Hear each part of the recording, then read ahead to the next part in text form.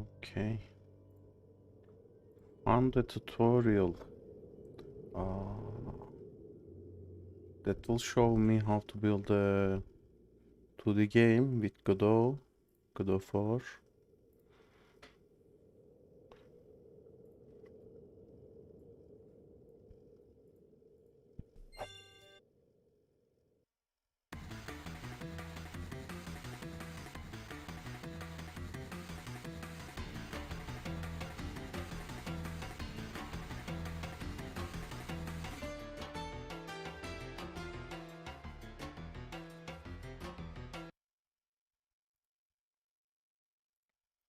I'm gonna shut the computer sound off for now. Just my mic is on so that I can hear the tutorial.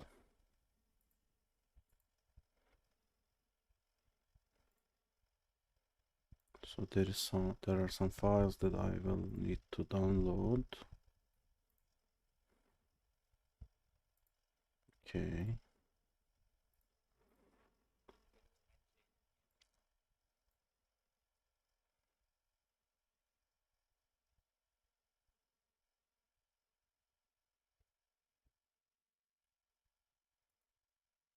Sure.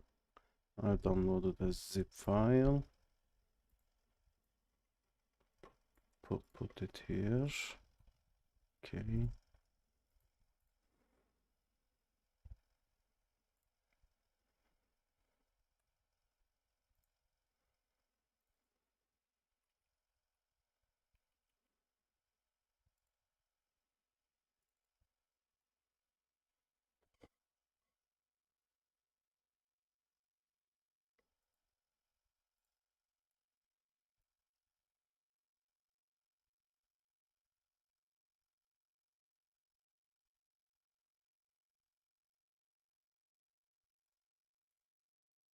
Guess we'll do import.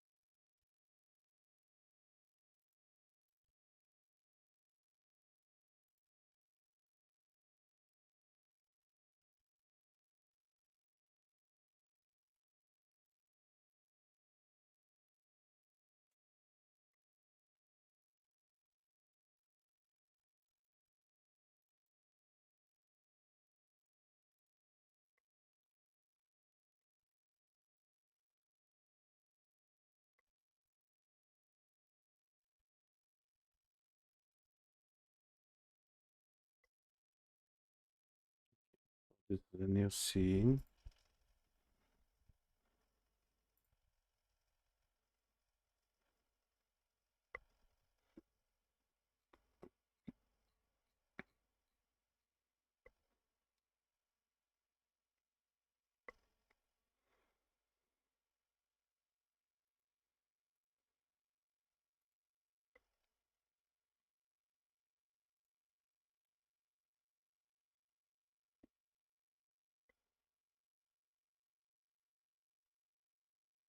This includes the animation.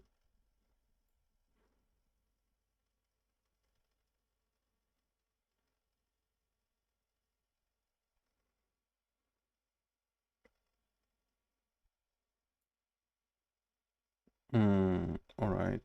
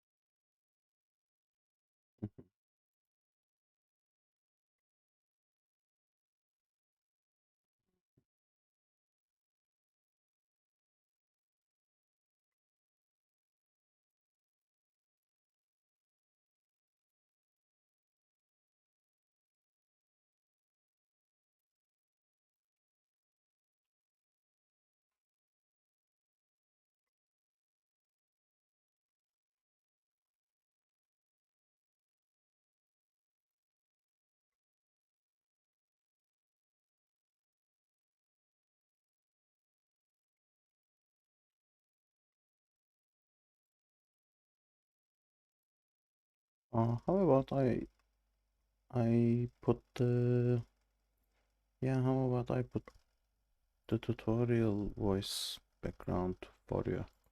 Click this icon in the top right of the scene dock, the Attach Script icon. We can also right-click on the node and select Attach Script. This brings up a window where we can choose where to save the script if we want to use some template code that Godot provides, and some more information, like technical information. So first, please make sure to turn off the checkbox next to template, otherwise it will give us some code that we don't want. And then for the path, you can save to res:// so this is the root of your project files, and then player.gd, and click Create.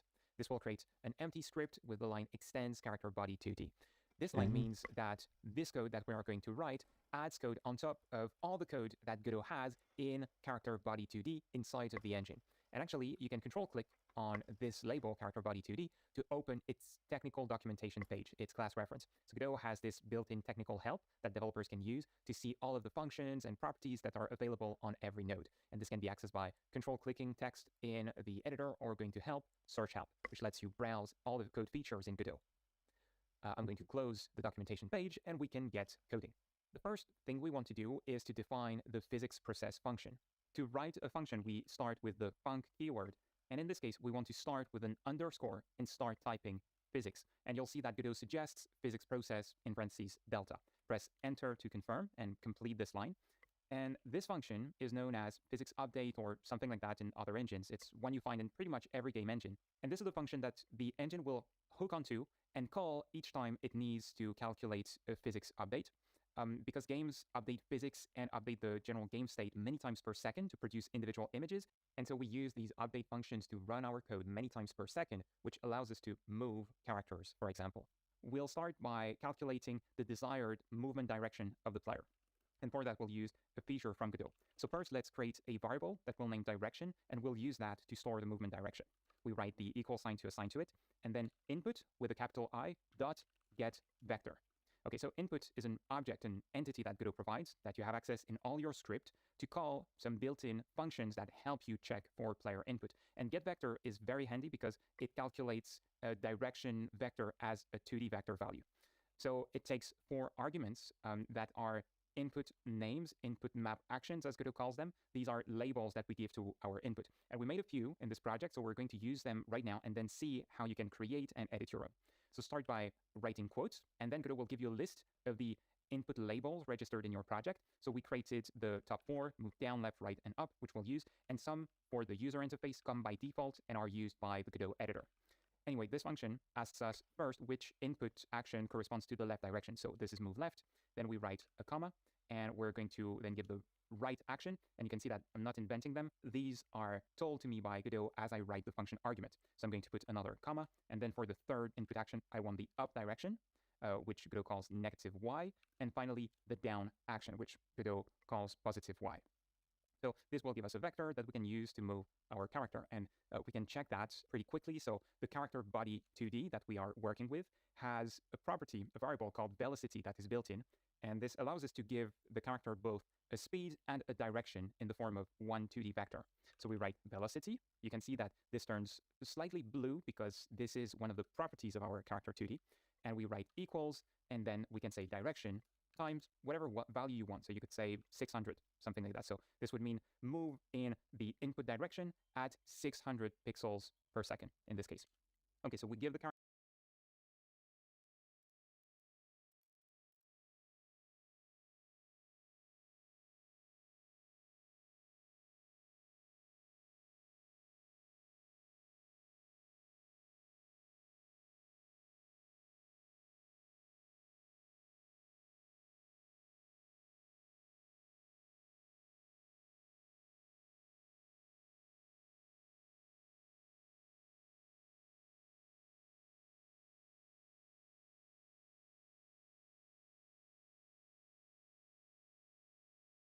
velocity, and then we need to call a function for Godot to move it.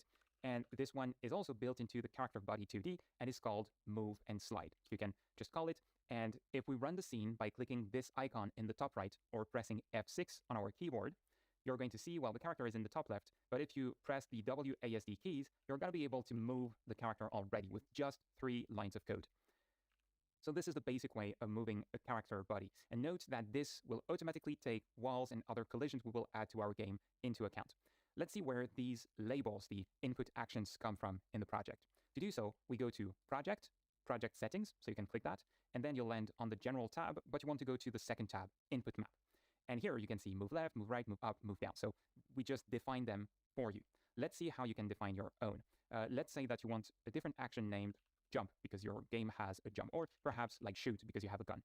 You type the action name in this bar right above the panel, and then you click add or you press enter, and you'll see a new entry gets added. By default, it doesn't have any keys on the keyboard or gamepad buttons or anything mapped to it, so we need to register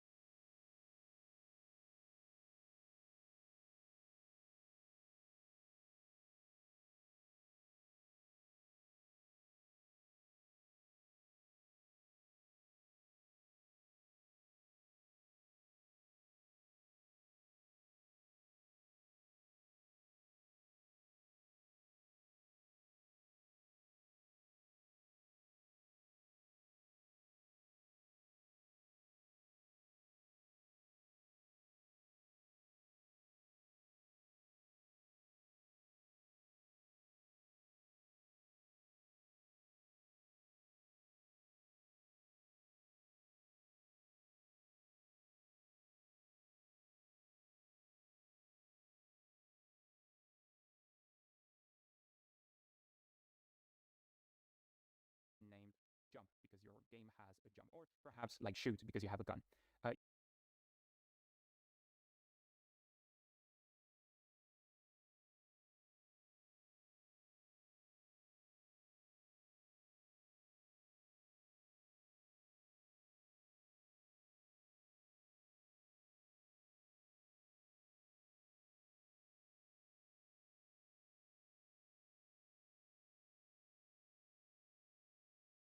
To do so, we go to the plus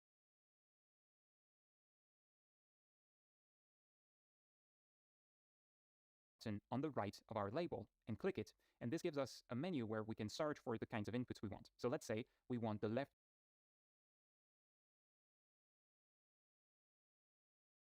mouse button to shoot, so we can expand mouse button and select left mouse button and click OK. And you'll see shoot is now associated with the left mouse click. And we can do more than that. Actually, the beauty of this system is that we can associate multiple inputs with one label, which makes our code very easy to work with. So I'm going to click the plus button again. And now I'm going to say we can shoot with the space bar. So I'm just going to press the space bar on my keyboard, and Godot recognizes it. And then I click OK, and this adds the space bar on the keyboard.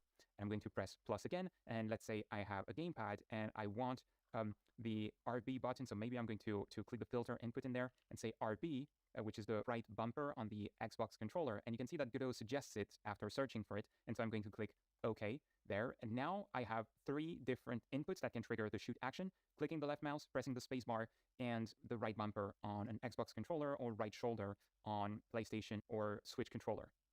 All right, so this gives you an example of how you can add new input actions. You can also add new inputs to existing actions using their plus button right there. And well, I'm just going to delete this shoot action because we will not use it in our game, and close the input map. Our character can move, but it would be much nicer if it played animations. So if we go to the scene dock, you'll see that there's a camera slate icon next to Happy Boo. And this tells you that this entity is an instance of a template that Godot calls a scene. So it's a scene instance. And you can click the camera slate to open the source scene in the editor. So let's click it, and it will open Happy Boo. And we can go to the 2D screen at the top of the interface and use the middle mouse click and mouse wheel to zoom on the character. And you'll see in the scene dock in the top left that the character is composed of many of those nodes that we have created before. And most of these are sprite nodes, the one with the happy face there. It means they are individual images that we can move and display on the screen. So this is how we make a character typically in games, with a bunch of sprite nodes. And this scene has something called an animation player. And if you click the animation player, a new interface pops up at the bottom of the screen. It's an interface that allows you to design animations. So we'll cover the animation editor in another video. For the shoot action, clicking the left mouse, pressing the space bar, and the right bumper on an Xbox controller or right shoulder, click and mouse wheel to zoom on the character. And you'll see in the scene dock in the top left that the character is composed of many of those nodes that we have created before. And most of these are sprite nodes, the one with the happy face there. It means they are individual images that we can move and display on the screen. So this is how we make a character typically in games, with a bunch of sprite nodes. And this scene has something called an animation player. And if you click the animation player, a new interface pops up at the bottom of the screen. It's an interface that allows you to design animations. So we'll cover the animation editor in another video. In this project, we have prepared the animations for you. And so if you click the drop-down menu at the top of the animation editor, you'll get a list of the character animations. And one we prepared for you is called Walk. And in the bottom right of the editor, you can click the bar next to the zoom icon to control the zoom level of the animation timeline. And you can use the playback controls in the top left of the editor to play the animation. So if I click play on the walk animation, you'll see my character walks. And so we can access this animation player with code to play animations. And we've done that for you in the script that we attached to the Happy Boo character. So we're going to click that script to see that we defined 2 functions for you there: play idle animation and play walk animation.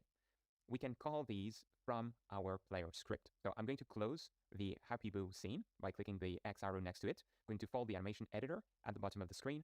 And I'm also going to right-click on the happyboo.gd script and close it for now. Okay, so we are back to the player.gd script. From there, we need to do a couple of things. First, we're going to try playing an animation on the Happy Boo character. The thing is, the script that we have is attached to our player node, or character body 2D node. And we want to call functions on this other Happy Boo node that represents the character visuals. To do that in Godot, we first need to get a reference to access the Happy Boo node from our script. So I'm going to click the player.gd script again. And the function that we use to get another node is called get_node. And from there, we can get one called happyboo. We can get the nodes by name or by path that we write as a string. And then it gives us access to this node, so we can call its function. So you could say dot play underscore walk underscore animation. And this is a function that we defined in the script of happyboo, which is why we can call it on the happyboo node. If we press F6 or click this button in the top right to run the current scene, now as we move, you'll see the character is playing the walk animation. And it constantly plays it, which is not necessarily what we want, right?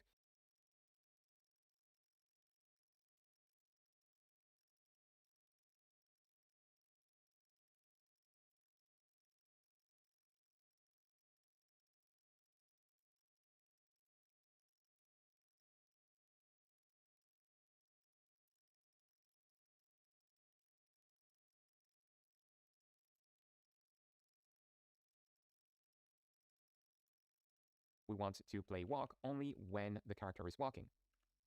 To do that, we use a condition. So above the line when I play the walk animation, I'm going to use the if keyword to define a condition, and then we need to write an expression that will be either true or false. And what we can do is only play the walk animation if the velocity vector is long enough. This will be an indication that the player is walking.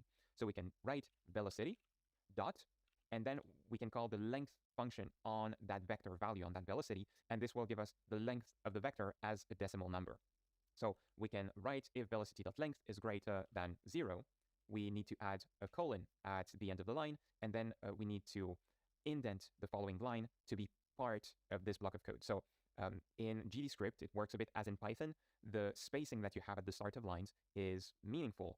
And so to put lines inside of a condition or inside of a function, you need to give the lines after the if, for example, an extra tab character at the start.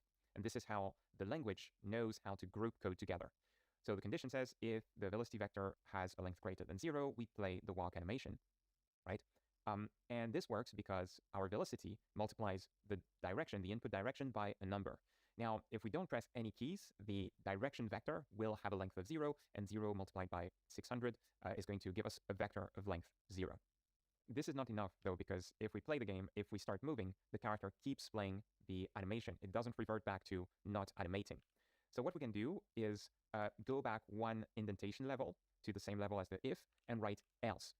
If this condition is fulfilled, we play the walk animation. Otherwise, else, we can play the idle animation.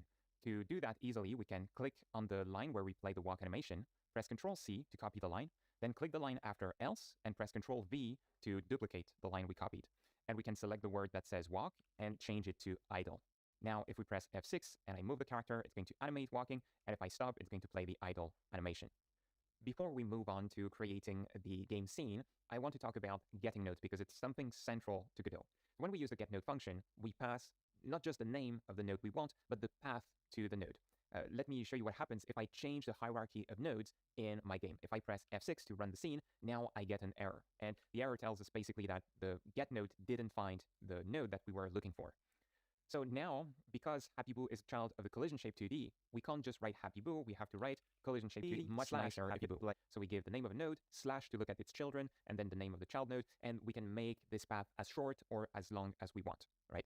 This means that each time you reparent the node, you have to change these paths in your code. And we're going to see a feature that works around that and makes our lives easier. But first, notice one more thing. It's that if I change the code in both instances and press F6, the character still works fine, just as expected. And this tells you that the hierarchy of nodes and how you organize them is going to be up to you and what makes sense to your game. So you'll need to experiment with that. Of course, in this example, it's probably more natural to have happyboo next to the collision shape because they don't need to have a parent-child relationship. But you can parent nodes however you'd like and however works best for your game. Okay, so now I need to revert the path here in getNode to just happyboo because now it's not a child of the collision shape 2D anymore. So here's another trick. If I select some text, I can press Ctrl+D to select other copies of the same text in my script. So now I have two selections, and I can just edit my text and see it edits both instances simultaneously. So I'm back to the code we had at first. So there are two more things I want to show you here. There's a shortcut to the getNode function that people in the Godot community use a lot. It's $. So I'm going to select the whole function call getNodeHappyBoo and press Control D, and I'm going to replace that with $happyboo without quotes. And this is the shortcut. When you do that, it's like calling the getNode function, so our code works just the same. Okay, great. But because it's a shortcut to calling getNode, if I reparent my HappyBoo again, I play the game and I get the same error as before. So I mentioned that there was a feature we could use to work around that. It's called marking nodes as unique name in the scene. You can right-click any node and click Access as unique name. And when you do that, Godot will automatically find the node and keep it stored in memory for fast access for you. You can see when you do that, a person sign appears next to the node. And so we can, in our code, use that person sign instead of the $sign. So I'm going to select the first $sign, press Control D, select the other one, and type person sign on my keyboard. When I do that, you can see that I'm not passing the full path to the node, just a name, yet if I play the game, everything works fine. Better, even, if I change the hierarchy of nodes, I can press F6 and everything works fine.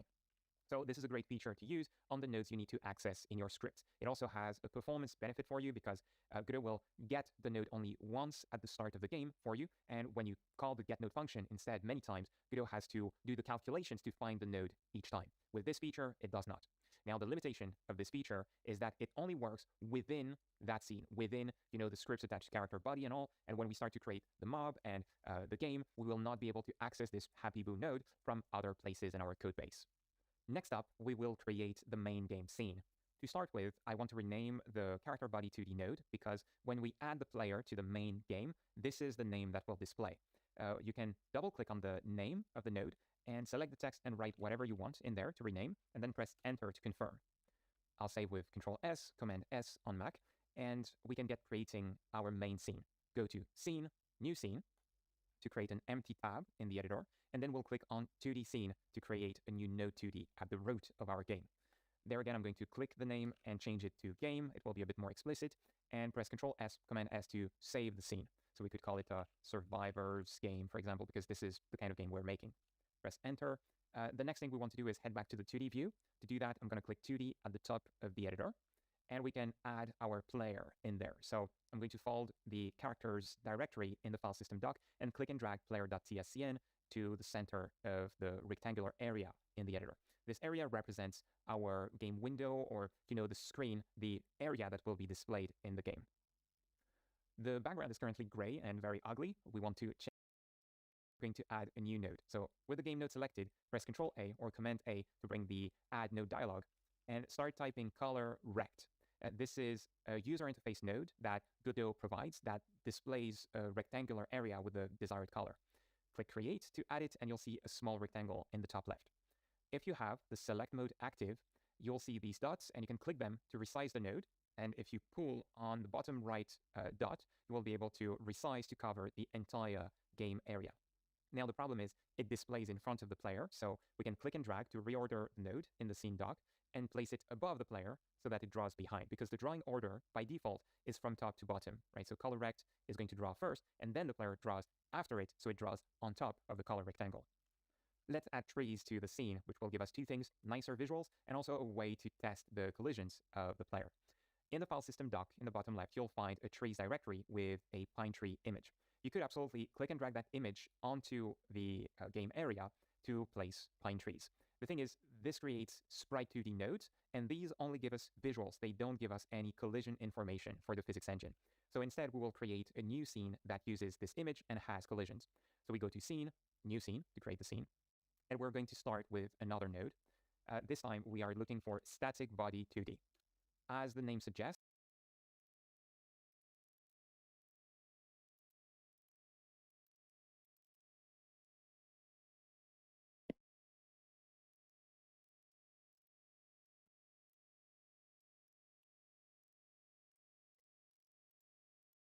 it's a way to describe a static thing in the game that is going to have collisions and block player characters, for example.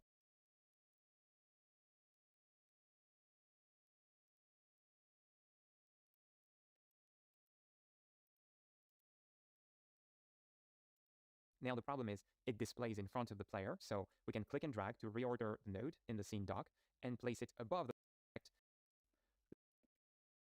visuals. They don't give us any image and has collisions. So we go to Scene, New Scene to create the scene, and we're going to start with another node. This time, we are looking for Static Body 2D. As the name suggests, it's a way to describe a static thing in the game that is going to have collisions and block player characters, for example. Like the character body node, this needs a collision shape to function. So we can press Ctrl A and look for collision shape 2D. And like before, we need to give a specific shape to this node. So in the inspector on the right, we click the empty slot and select a circle shape. On top of that, I'm going to reselect the static body 2D and click and drag my pine tree onto the scene. And we can zoom in a bit to see it more closely and try to center the base of the tree on the crossing axes in the editor. These axes represent the position that the tree will have when we drag and drop it into the game. So this will allow us to place the base of the trees basically inside our scene easily.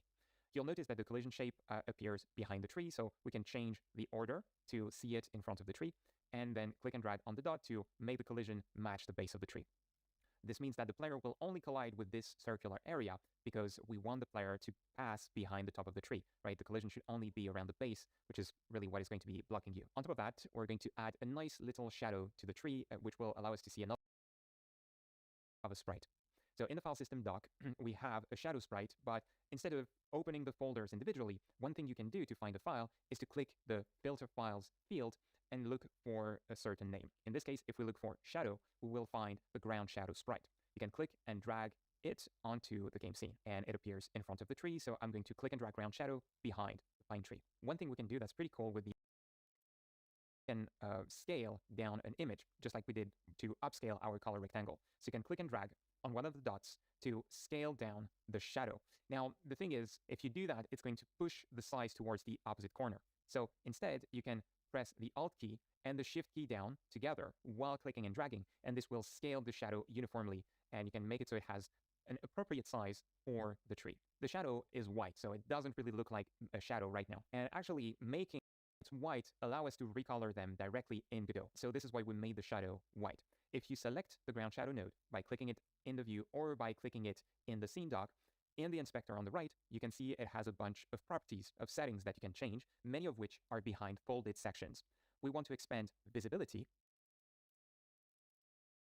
that has a color next to it. This is a feature that allows us to tint the color of the shadow. And if it's white by default, the modulate property will effectively replace the color of the shadow. So click on the white color to bring up a color picker. And then on the right, you can click and drag on the vertical band to change the brightness of the color, making it darker and darker. So we want to make it slightly darker. And then in the circle in the middle, you can move the slot hue for your shadow. So it could be slightly blue, for example. Click in the viewport to deselect the color picker, and you can see that now the shadow is slightly blue, and this will contrast well with the white background in our main game scene. Okay, let's save our scene. After renaming the node, we're going to rename it to tree, or it could be pine tree because it's a pine tree precisely. Press Ctrl S to save the scene into pinetree.tscn. If we go back to the survivors game, now I'm going to clear the file filter in the file system doc and fold everything, and now I can click and drag my pine tree onto the game area. So I'm going to click and drag a couple. I can even group them in clumps. I'm going to have a bunch, draw them however you'd like. And now if I press F6 or click the camera slate icon in the top right, I can move the character. And if I move against the trees, you will see that the character can get blocked or kind of slide against the base of the tree. And this is what the move and slide function of the player script does for us. It handles collisions automatically for us. Now you'll notice one problem. It's that sometimes I can right when I'm behind the base of Wait a minute.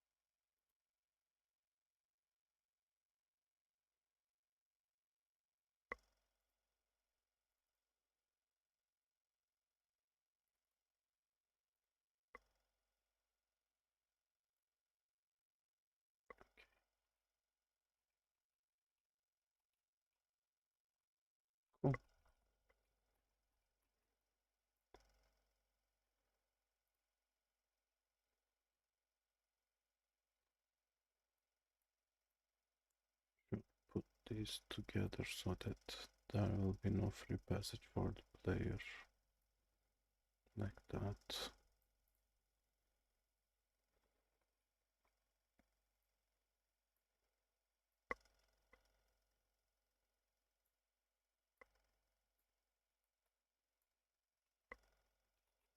Okay. Okay, we cannot pass. Alright, cool. But when I move down, the character is still drawing behind the pine tree. So we could move all the pine trees up the hierarchy in the scene dock so that they draw behind the character, but then they would always be behind the characters. And what would be ideal is that if I am in front of a tree, I draw in front, and if I draw behind the tree, the player, that is. And Godot can do that for us. We can select the game node here and expand the ordering category in the inspector, and you will see a checkbox next to Y sort enabled. Note that if you hover any of these properties, you will get a technical description of how they work, right? It's more of a description for experienced developers, but it explains how the feature works. So if we select the game node and turn Y sort enabled on it, now if I move the character around the view, even in the editor, you can see a preview of the effect. So if the player is below the tree, it draws in front, and if I go above a tree, the player will draw behind. And any character or mob that we will add to the scene will do that. If I zoom in, notice how this works. You can see the cross that represents the position of the player, and you remember how I told you we wanted the crossing axes to be at the base of the tree. Well, this is because this determines the position of the tree in the game level, and this is what the Y sorting feature will use for the drawing order. So notice, if I move the player up right above the base of the tree, instantly the character draws behind. And if I go below the base of the tree, the player draws in front. Now, the good thing is that we have collision shapes, right, for the player and the tree. So what will happen is that, just above the tree like this, because they can't overlap due to the collision. So the player will slide around the tree and move around the tree's collision circle, right? We can press F6 to test that, and you can see that it looks a little more natural when playing the game, thanks to the collision shapes. Okay, one last thing is to set this as our project's main game scene. And we can do that by clicking the play icon in the top right of the editor or pressing the shortcut F5. This will bring a pop-up that offers us to set the current scene that's highlighted in the editor as the main scene, and it will play our scene just like when pressing F6. Now, the reason we do that is that we often want to go work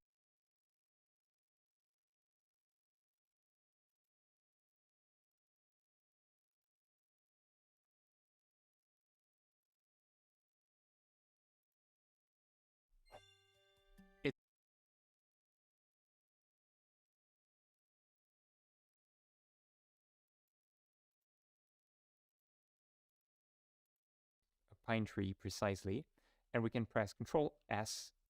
These properties a little more natural when playing the game, thanks to the collision shapes. Okay, one last thing I want us to do at this stage is to set this as our project's main game scene. And we can do that by clicking the play icon in the top right of the editor or pressing the shortcut F5. This will bring a pop-up that offers us to set the current scene that's highlighted in the editor as the main scene, and it will play our scene just like when pressing F6. Now, the reason we do that is that we often want to go work on a different scene. For example, I want to change the collision shape of my tree, so I'm going to make it way bigger. And I want to be able to test how it plays in the game. So now I can press F5 to play the main game scene and test that. And now you can see that the player cannot move as close to the trees anymore. Okay, I'm going to press Control Z to undo this and head back to the main game scene. If you want to change the main scene of your game, if you set another one by mistake, like the player or something, anytime you can go to Project, Project Settings, and then click on Broadcast.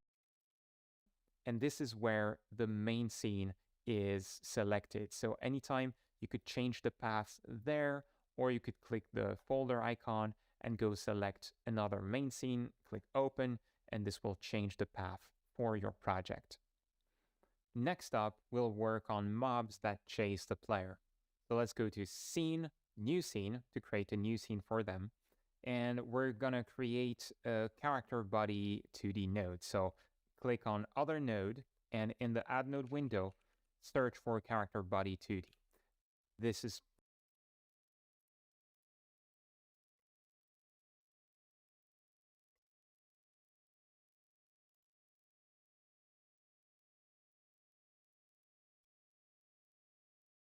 go to Scene, New Scene to create a new scene for them.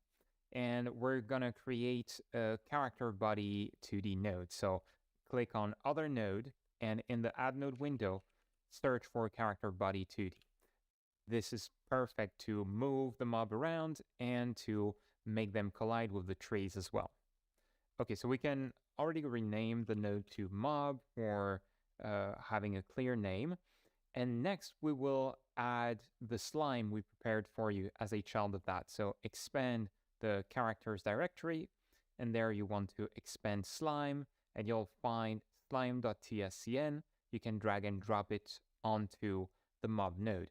And like before, this is a scene that has a bunch of sprites, as you can see if I zoom in, and an animation player that's going to have animations for when the slime is hurt, when the slime is walking, and so on.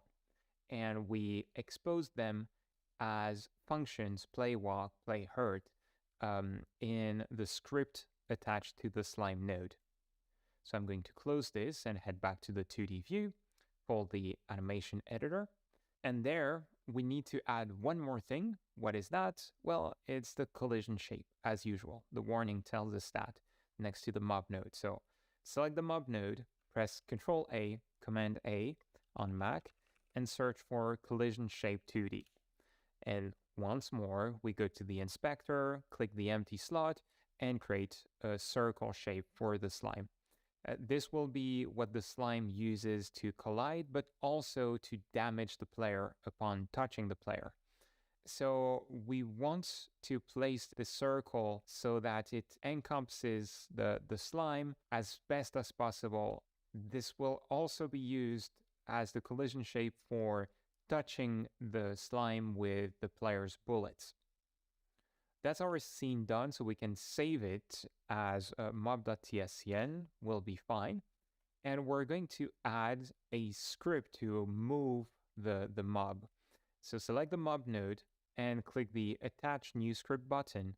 Once again, we don't want a template, so make sure that the checkbox is turned off, and we can save it to the default path, mob.gd. Click Create to create the script, and we can get coding. I'm going to close the other tabs in here. And so we're going to have code that's a bit different from the players. Because the mob is an artificial intelligence, it's not going to listen to player input. Instead, we're going to make calculations to move it towards the player. So first, to make those calculations, we need to store a reference to the player to find the position of the player and follow them. For that, at the top of the script, we create a new member variable, a property of our script that we'll call player. For now, we can leave it empty and get coding. Assume that in this variable, we will get the player node, the character body 2D node of our player. So I'll head back to the script editor. You can click on script or press Ctrl F3 to do that, right? And we will define, once again, the physics process function, because there are collisions involved when the mob and the player move. So we need to use the physics process function to synchronize their motion with the physics engine. So type func underscore physics process, enter to complete. And then inside of the function, we will calculate the desired movement direction of the mob. And this is the direction from this mob to the player. So we can type a new variable that will name direction. And this one will use the position of the mob, and we will type global position. This is where this mob is in the game world. So this is a property that comes with many nodes, including sprites or character body 2D that we have access to in our scripts. Dot. First, this position is a 2D vector coordinate. So it comes with a bunch of vector-specific functions. So we can write dot direction to. It's a function that will calculate the direction to a point, and that point will be the position of the player. So we can type player dot global position. And so this will give us the direction each physics frame to the player. Then the velocity of our mob will be equal to direction times some value. So something smaller than the speed of the player is good here. So 300 is half as fast. So mobs don't crawl onto the player too fast. And finally, once again, we can call move and slide. So you can see how to move an AI or the player,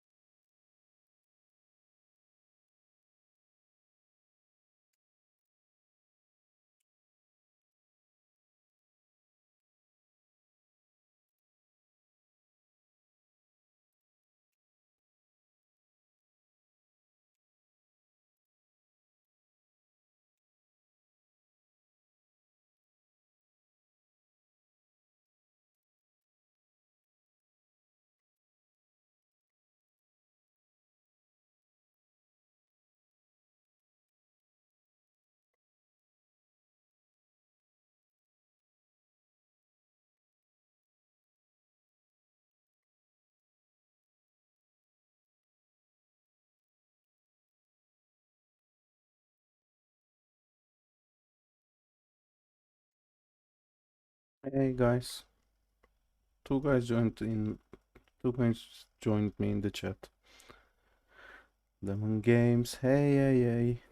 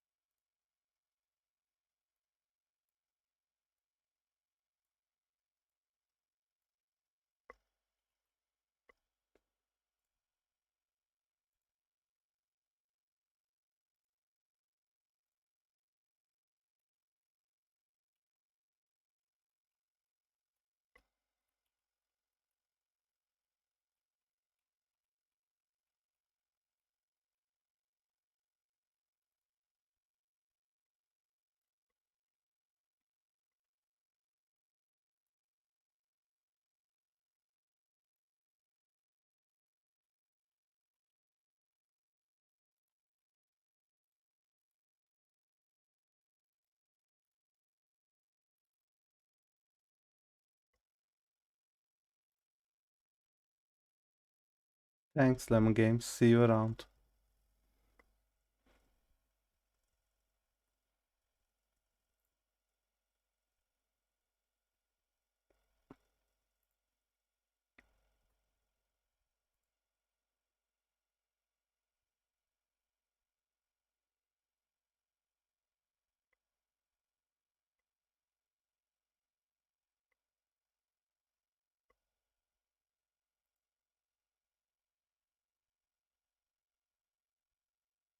Thanks, man. It's just a tutorial.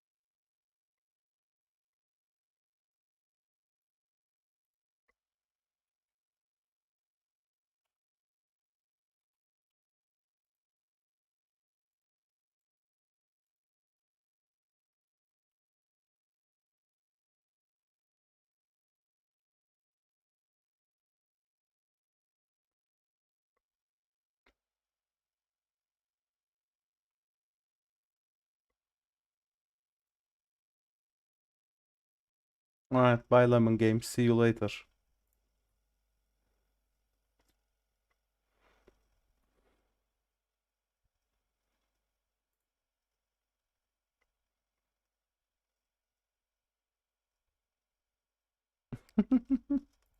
Thanks for all the hearts.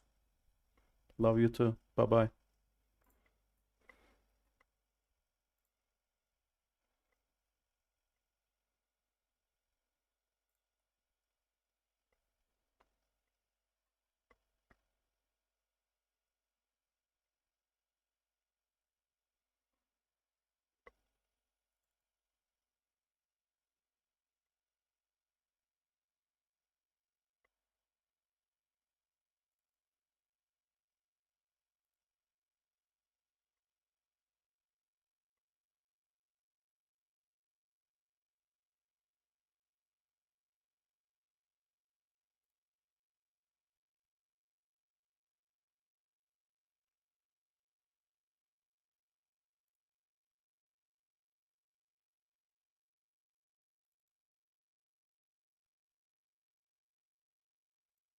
Okay, let's do this.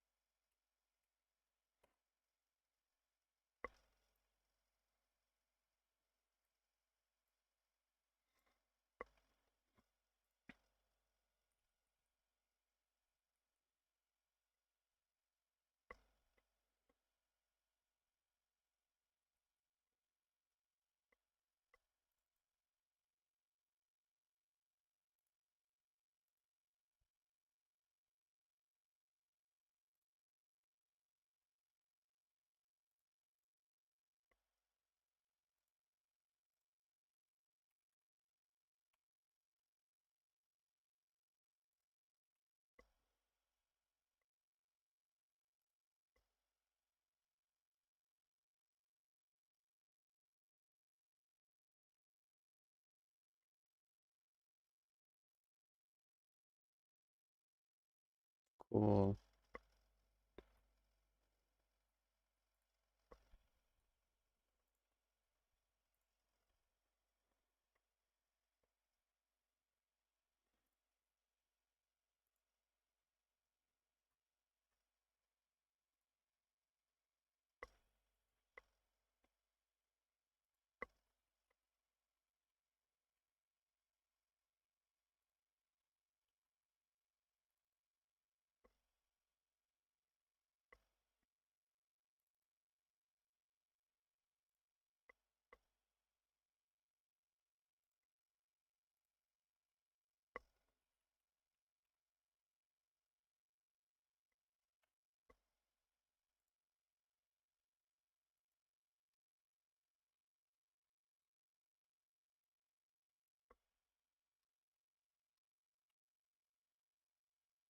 Hmm.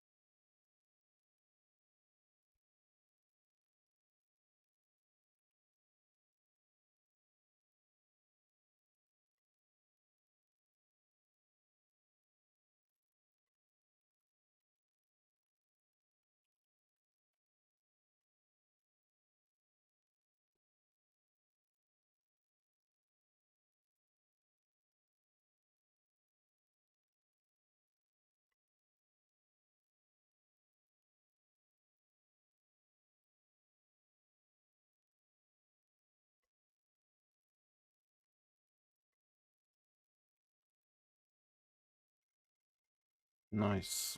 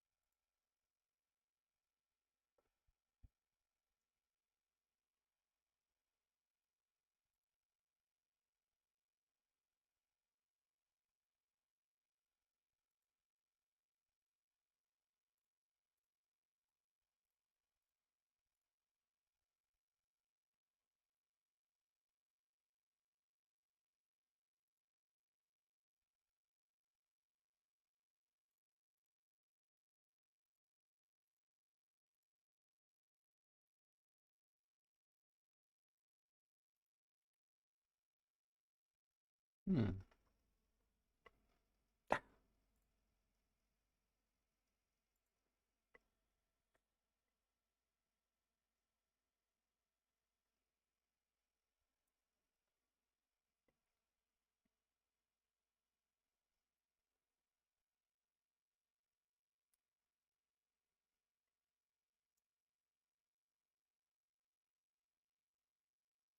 Yeah.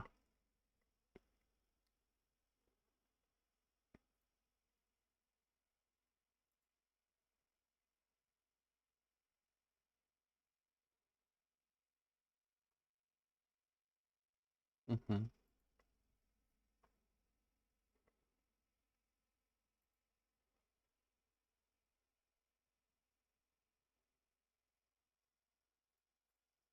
Sure. All right.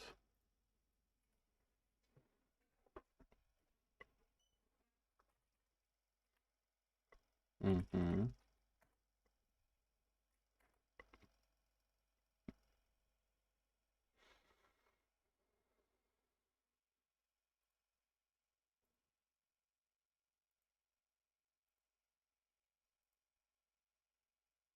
Oh,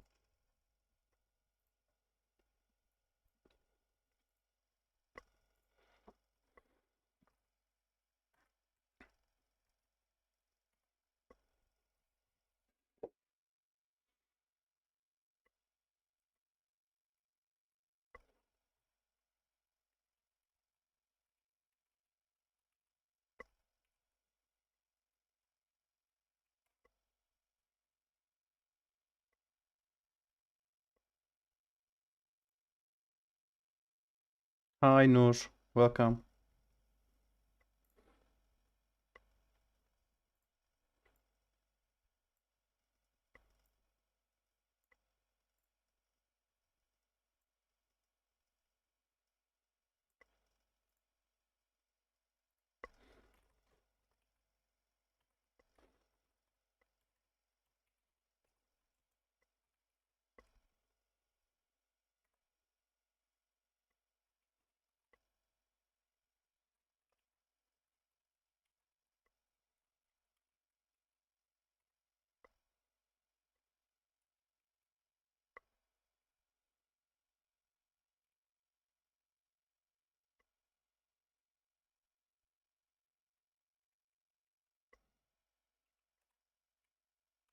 Cool.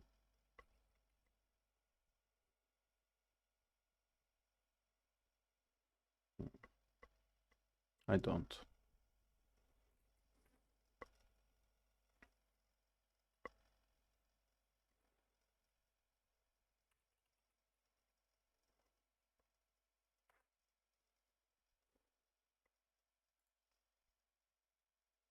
Rotates the node.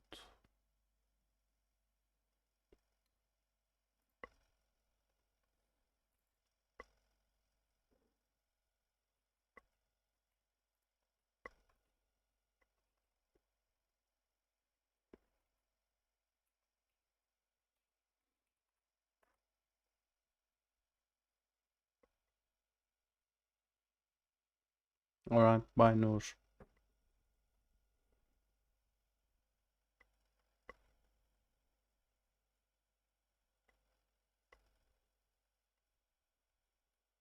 Yeah.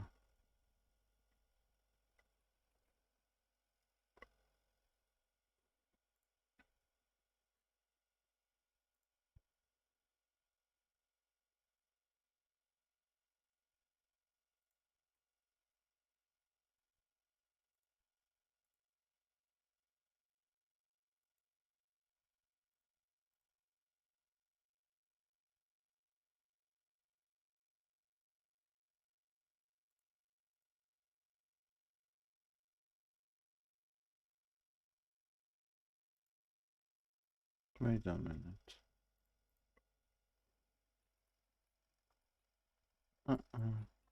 Mine even not turning. Did I miss out something?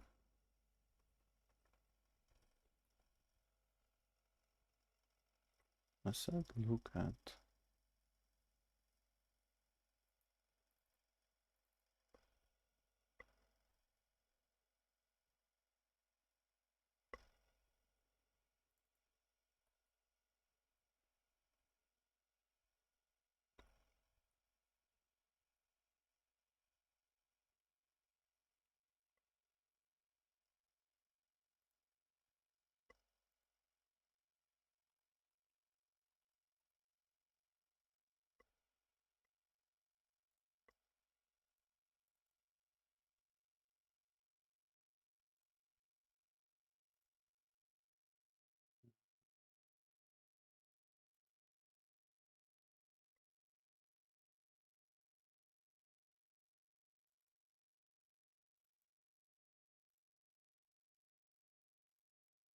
Why my gun is not turning at all?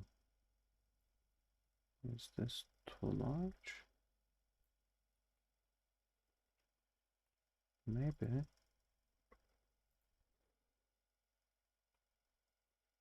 No. Dude, you gotta turn. Do you have your script?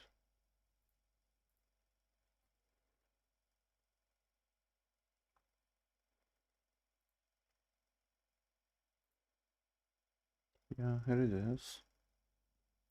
Area 2D. This is my only area 2D.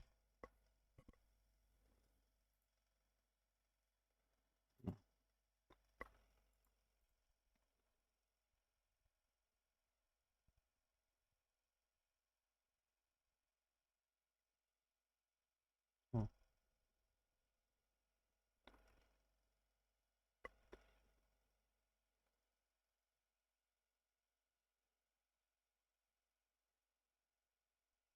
alright.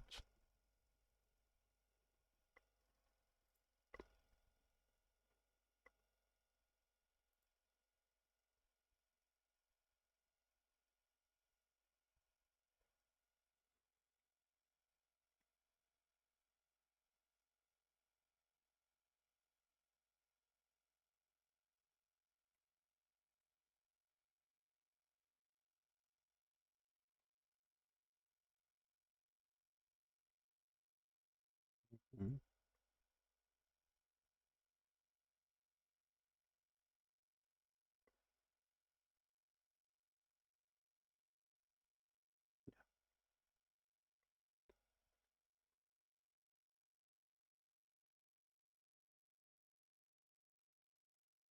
Mm.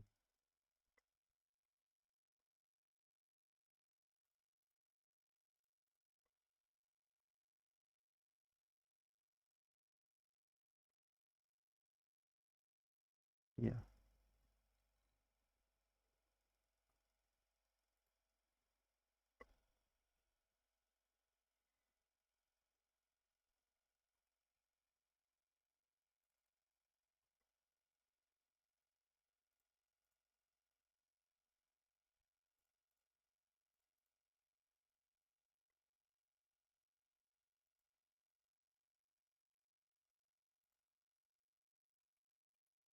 Cool.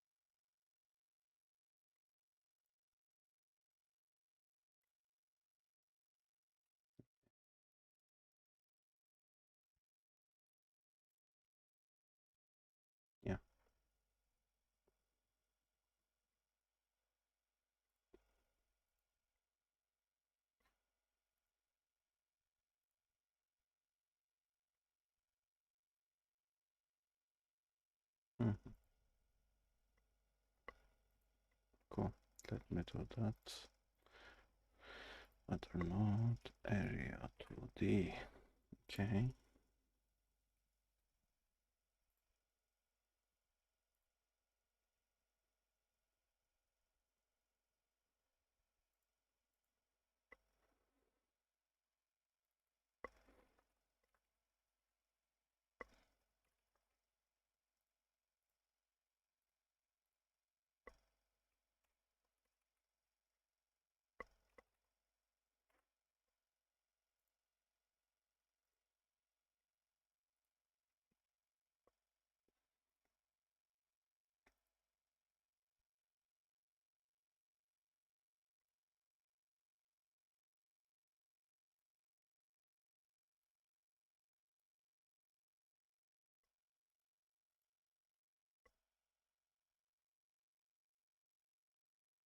Cannot.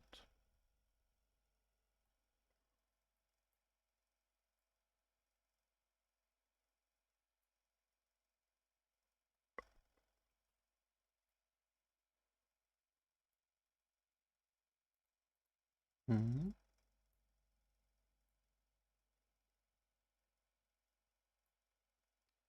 Okay, whatever.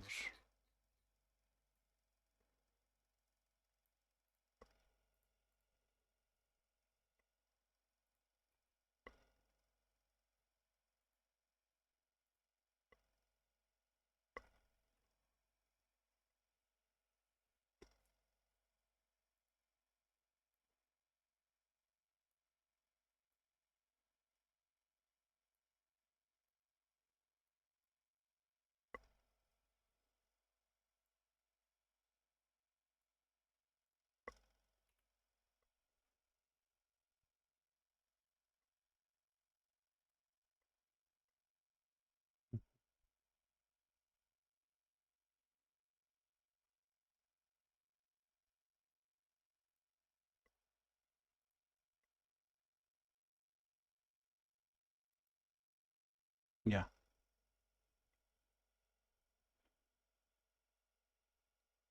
Hi, Ice Tank.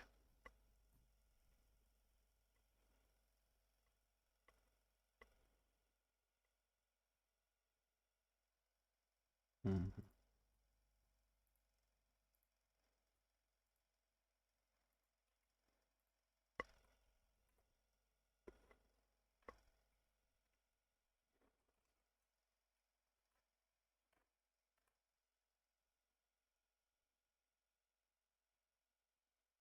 Yeah.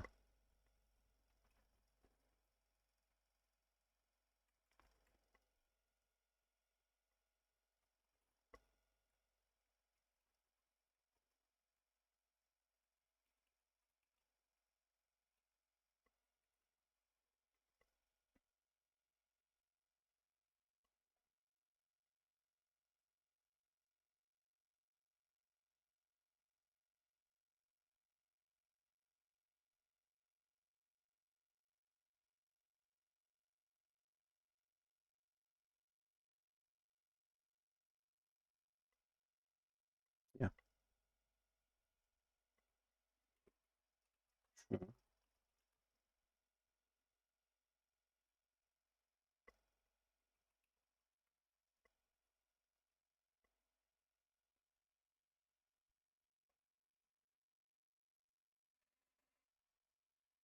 Mm-hmm.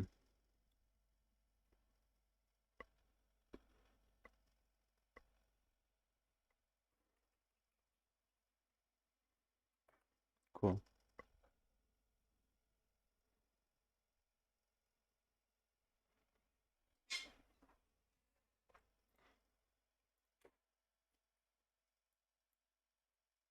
Yeah.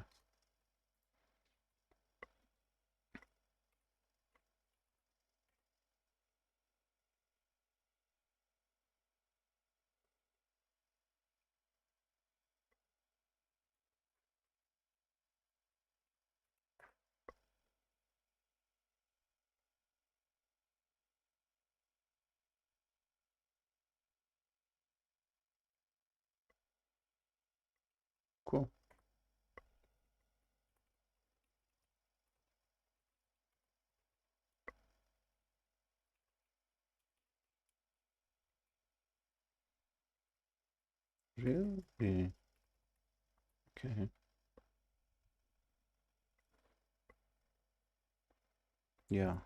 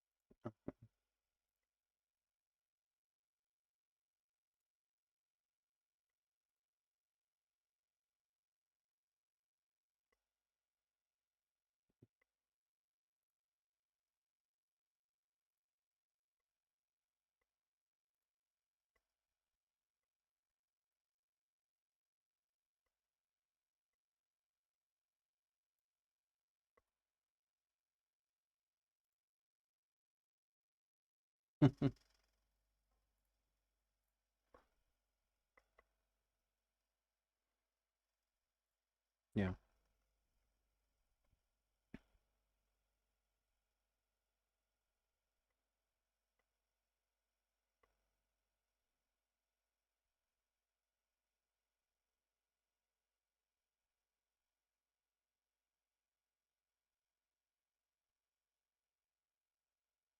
Yeah.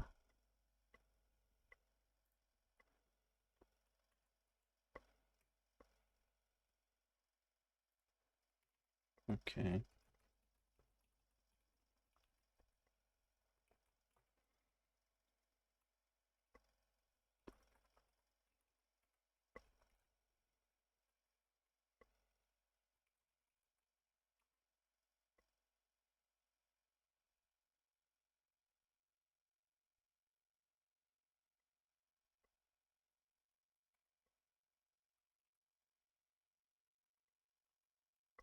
Yeah.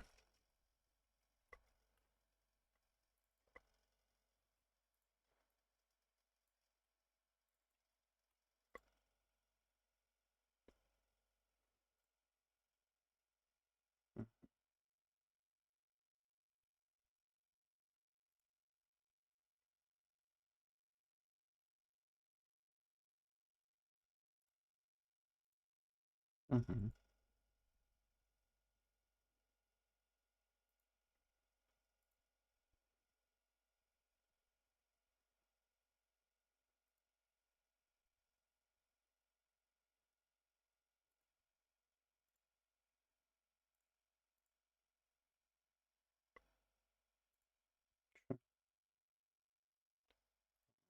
Okay.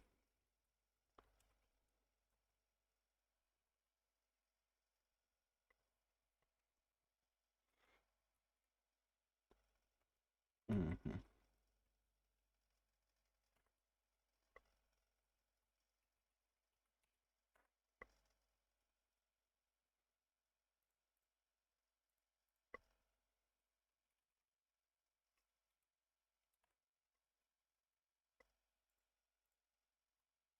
That's all right. It disappeared.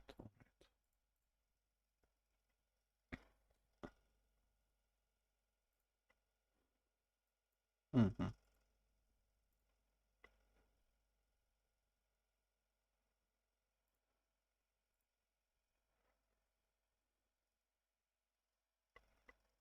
Mm-hmm.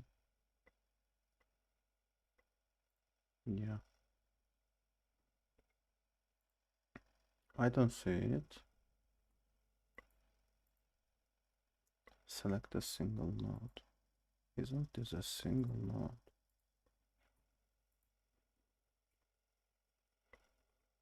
Wait a minute.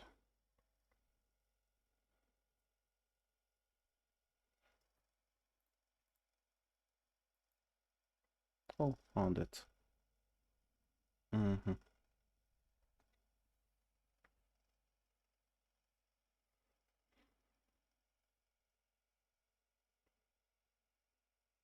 Mm-hmm.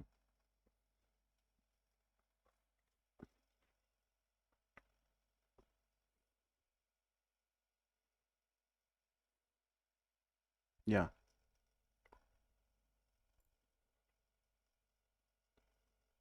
Mm-hmm.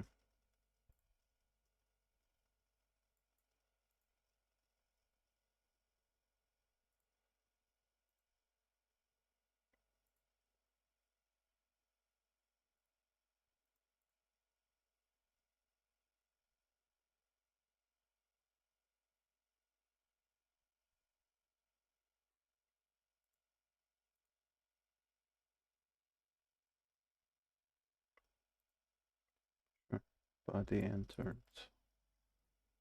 Okay.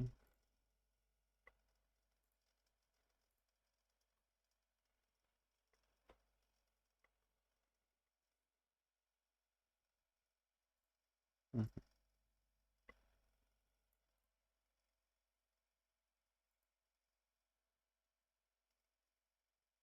Cool.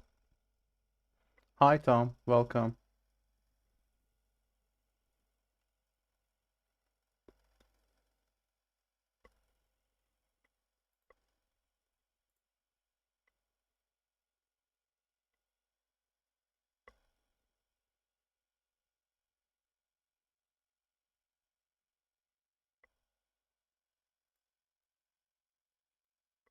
Mm-hmm.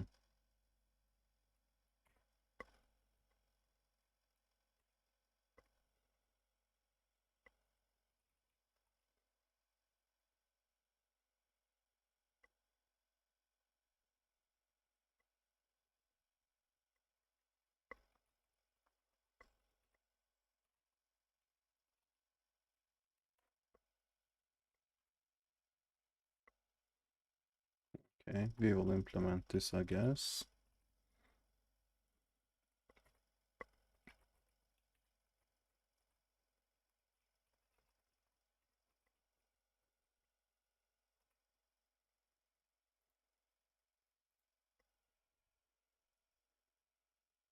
Okay.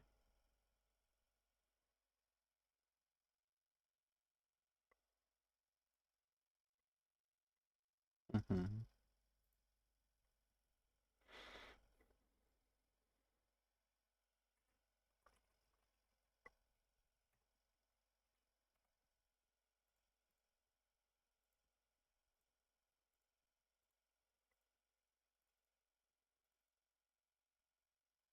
Mm-hmm.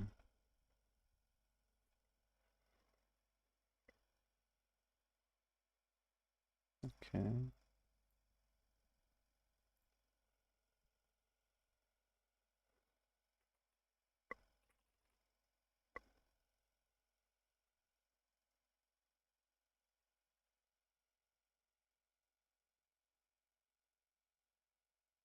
Mm-hmm.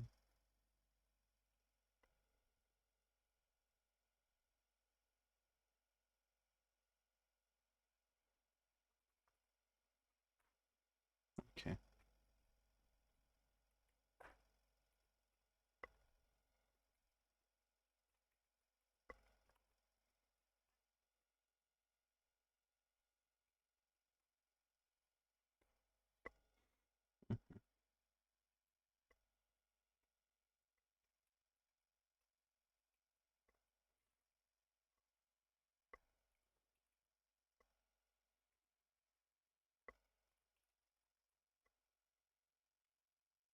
Mm-hmm. Yeah.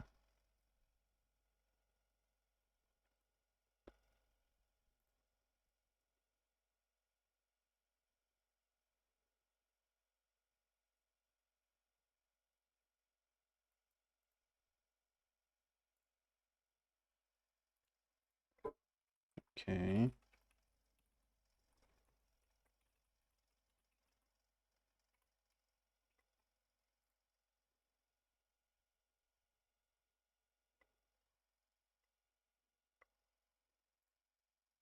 Yeah.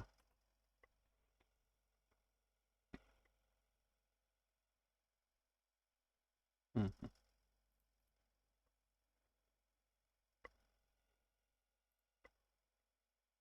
Okay.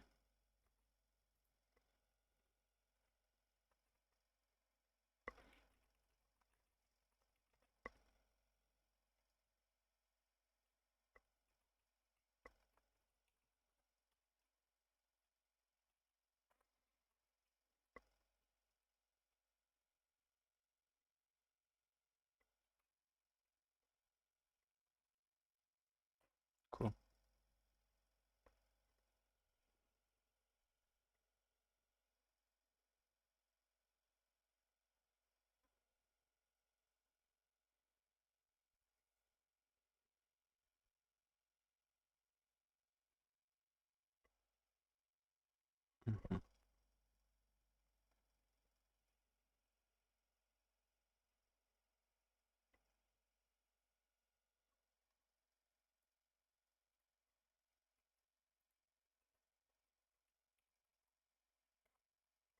Okay.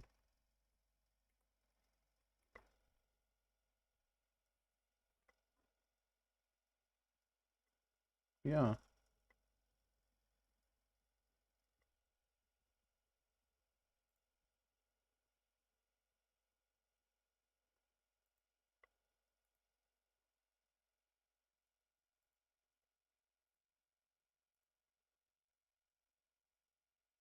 Mhm.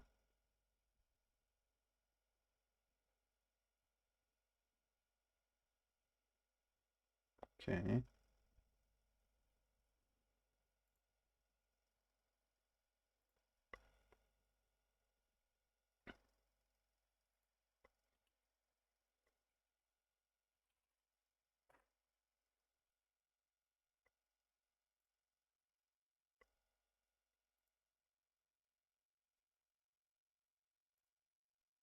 Mhm.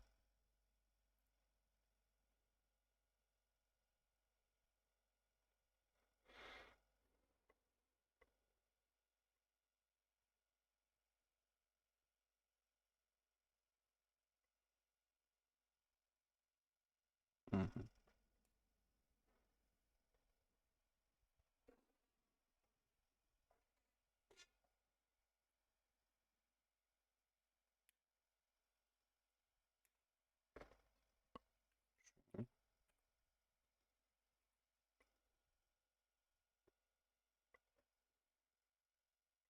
Mhm.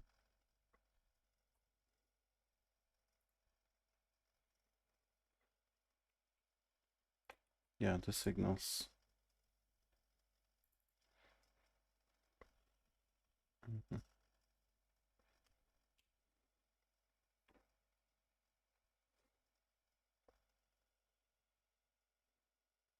Okay.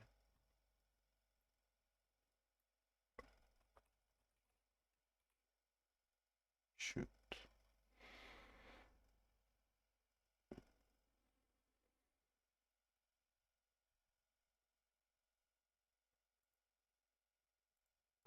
Let's see what happens on ours.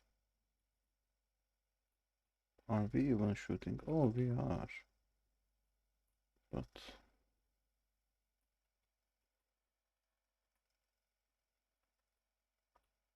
the hell? Okay, let's see why. Mm.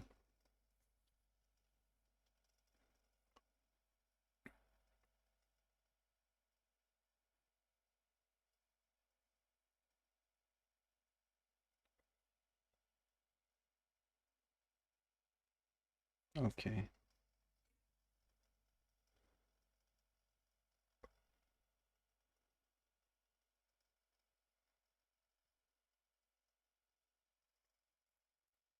Mm. Mhm.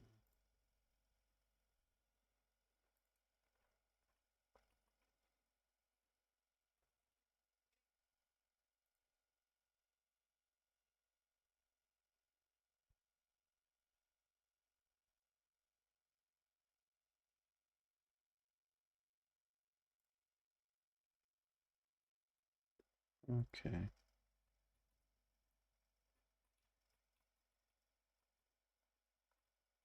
Yeah.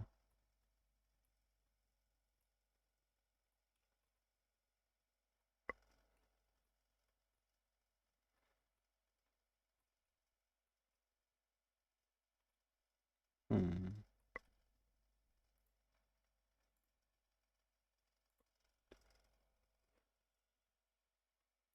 Okay.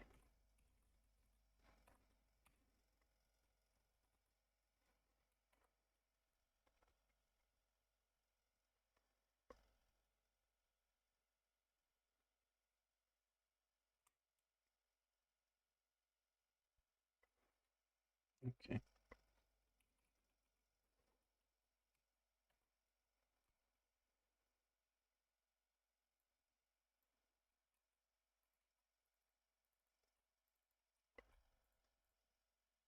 Let's see.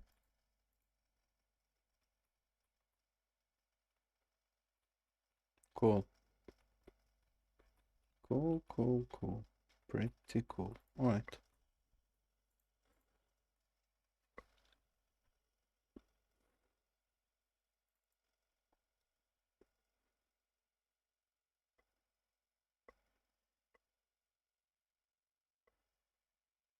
Mm-hmm.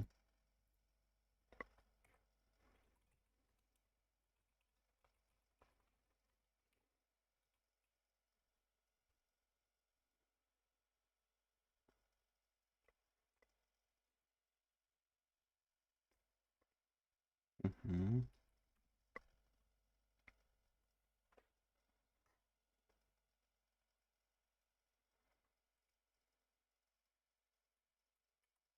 Mm-hmm.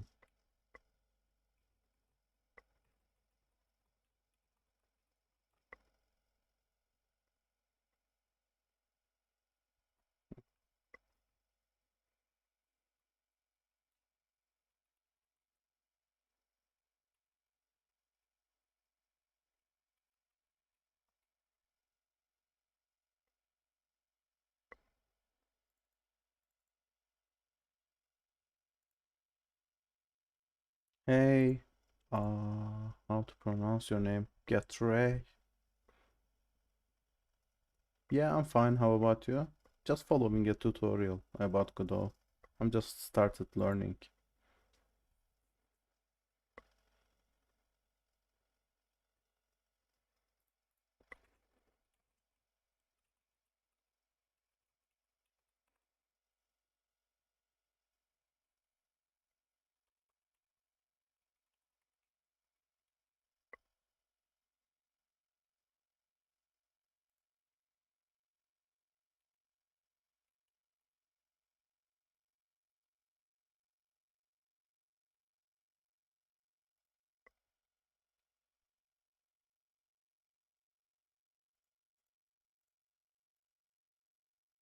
No, I'm pretty familiar with programming. I work as a programmer, but the game development is totally new to me.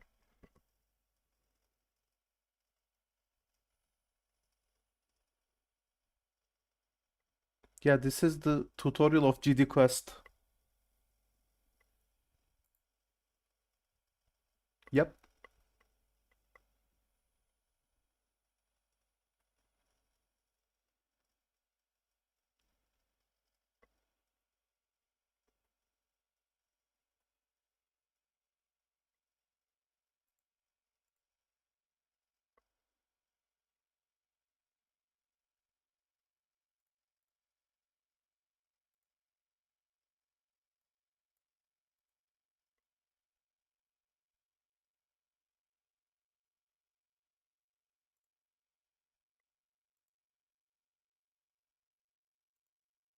Ah, for real.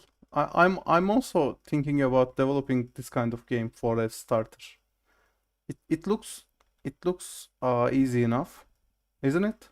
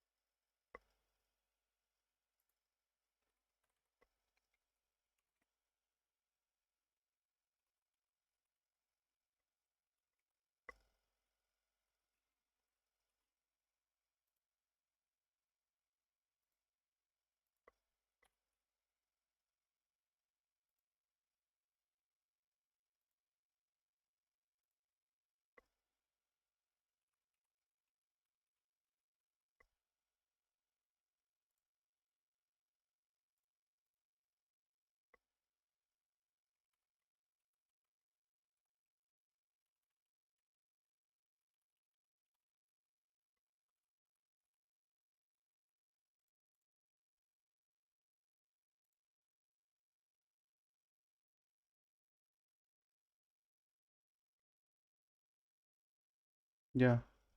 Yeah. The one of the alternatives are the 2D platformers. Let's see. The animation did worked out. Yeah, they're getting hurt. Cool. Right.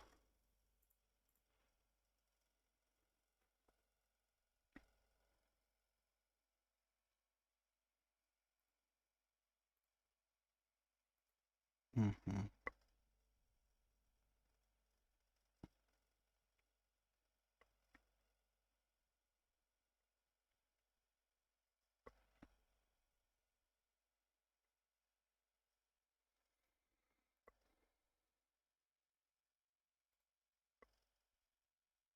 Mm.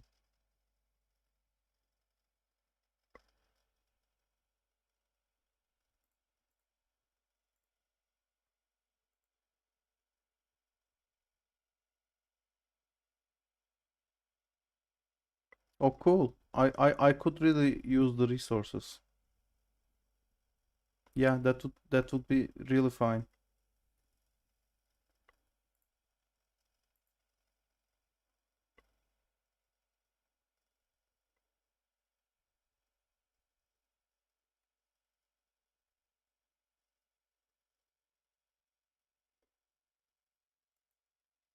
Oh, okay, it is just this will easily preload.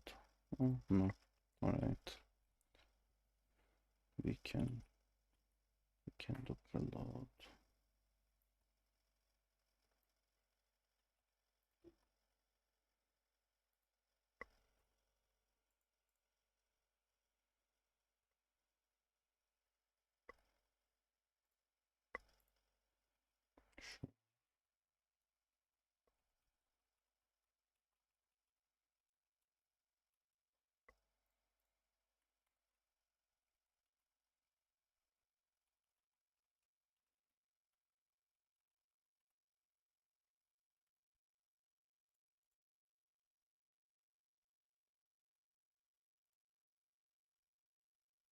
Yeah, sure. Just go ahead. I'm not sure. This is one of my yeah. All right, sure. Just paste the link in chat. I don't know if you are allowed to, but we can work something out.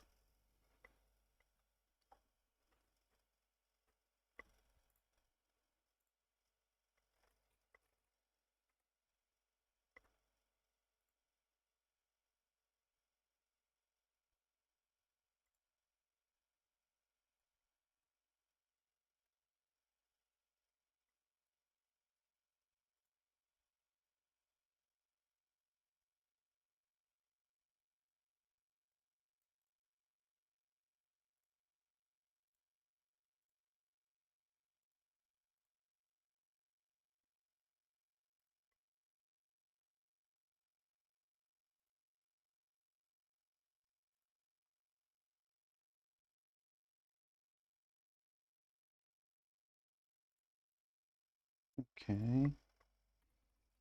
Add child smoke. That's done.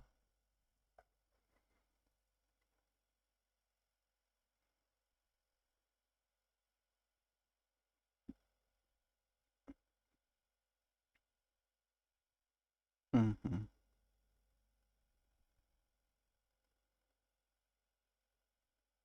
Hmm.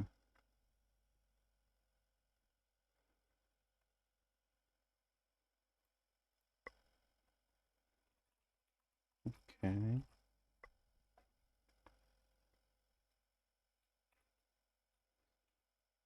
Oh, so that even if the mob disappears, yeah. Mm-hmm.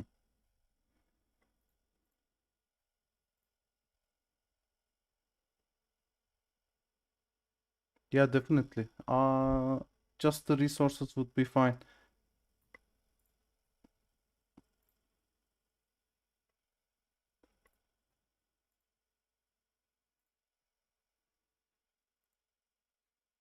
Yeah, definitely. That would be great practice.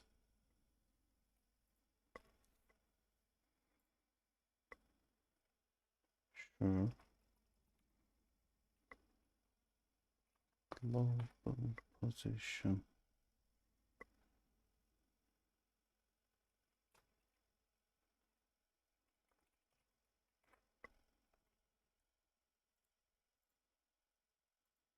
No, I did not. Maybe you can drop drop your GitHub link, GitHub profile ID, your nickname, etc. So I can go ahead and find it because I guess uh I guess you don't have the authority to post a link in chat, so I really didn't see it.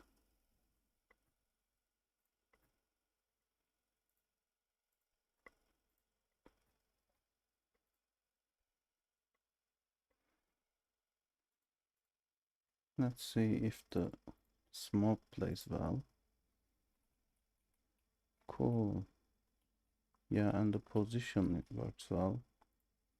And the smoke just didn't disappear in. Oh, okay, same as here. Let me find you in GitHub.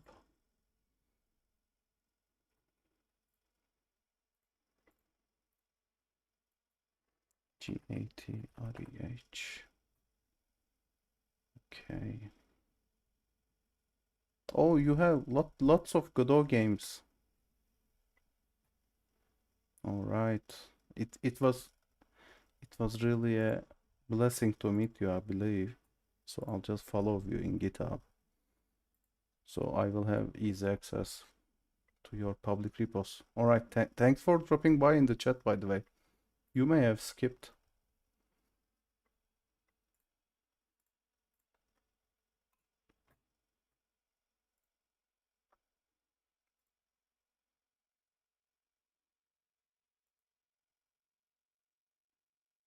That's okay.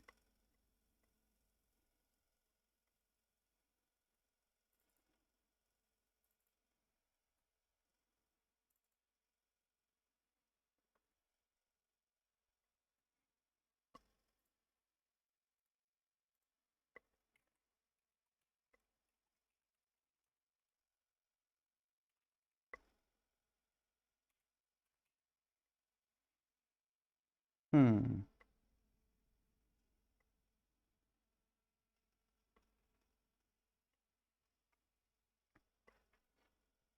Mhm.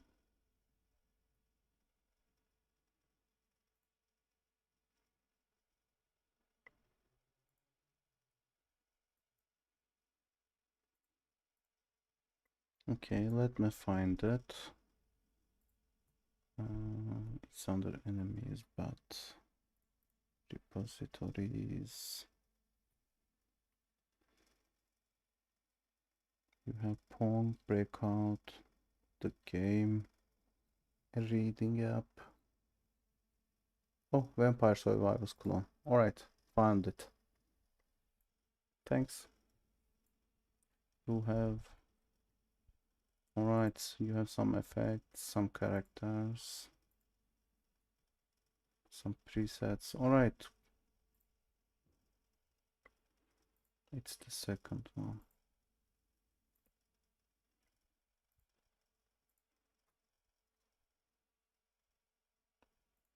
Yeah, alright. I found it. Just dropping a star to it too. Alright.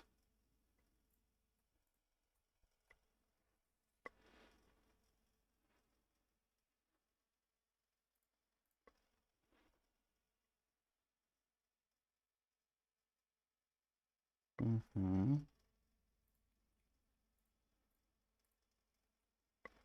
Area 2D. Mm-hmm.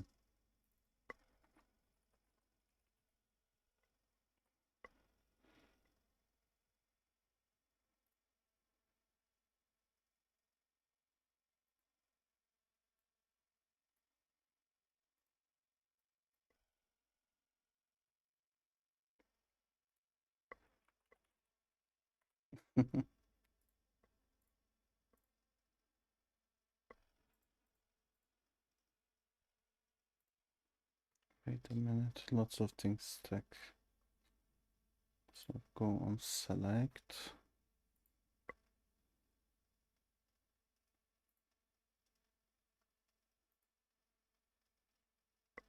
Okay.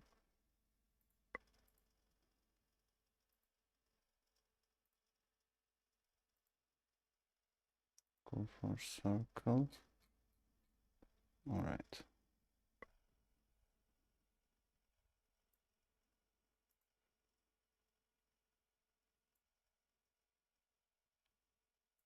Break keys 2D platformer tutorial. Let's see.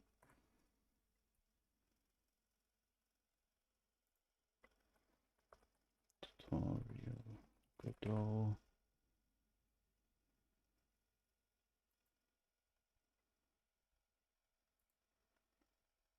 Oh, all right. I guess I found it.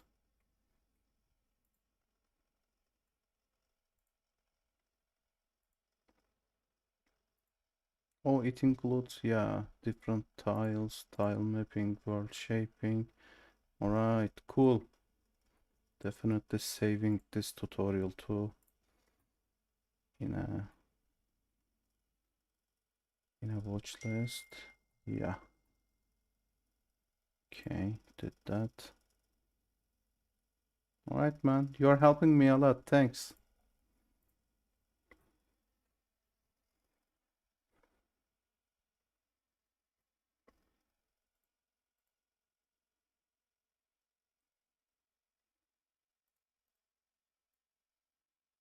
Mhm.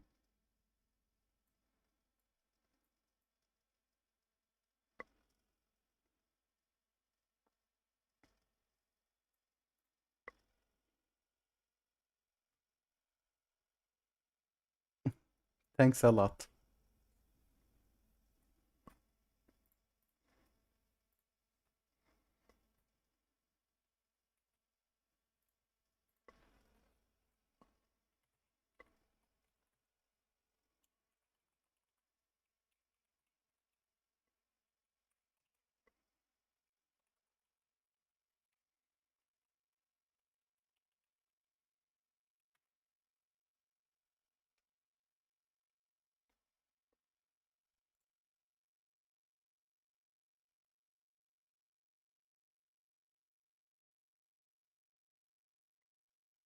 Yeah, I guess it looks more realistic that way,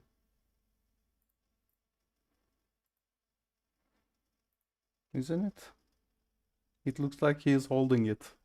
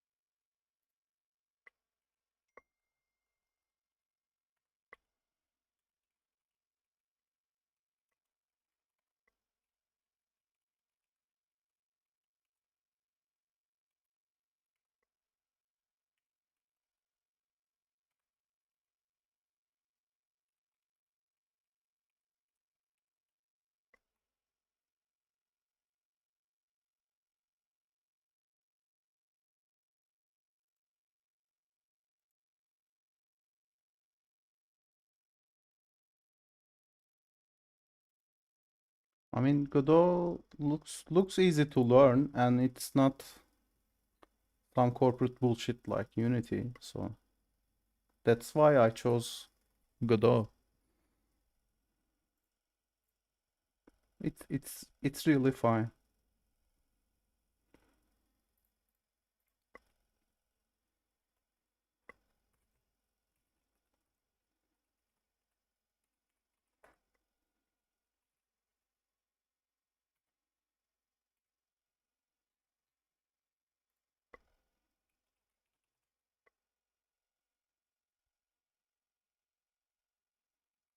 Mhm.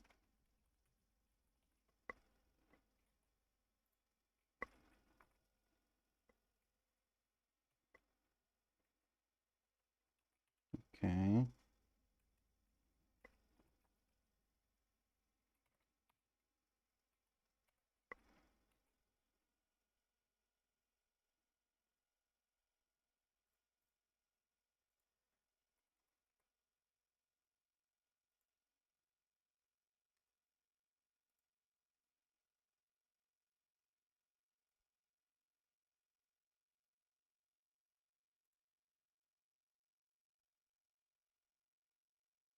Yeah, definitely. Godot is the community owns Godot at the end, so that's great. The new signal in the editor, we can connect to it and we can run code when the signal gets. Okay, so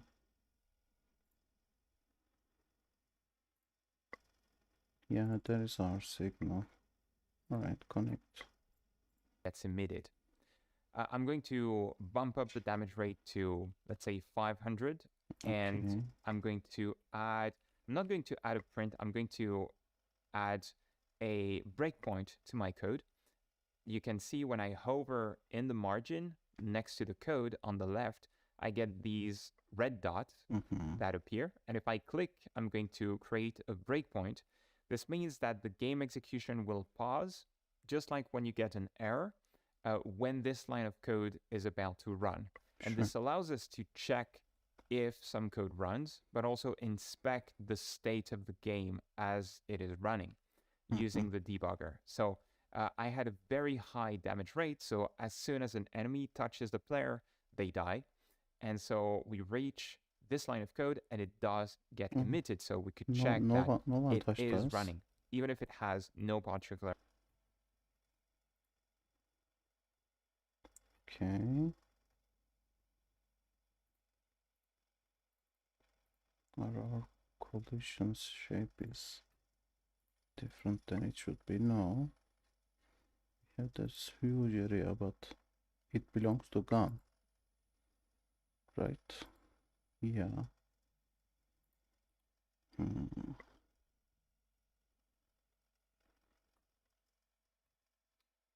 How come this would be happening?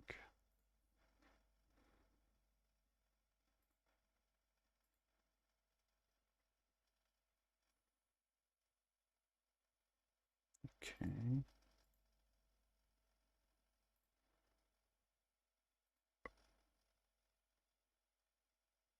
This is our collision shape.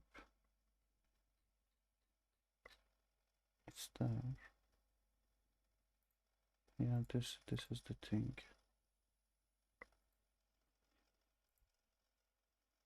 Or maybe the masking thing is off.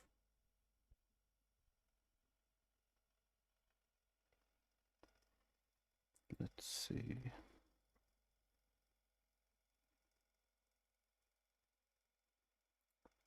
So the hard box is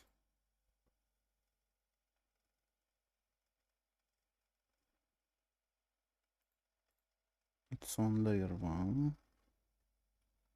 and the mob's collision shape is in 1, so they should collide. But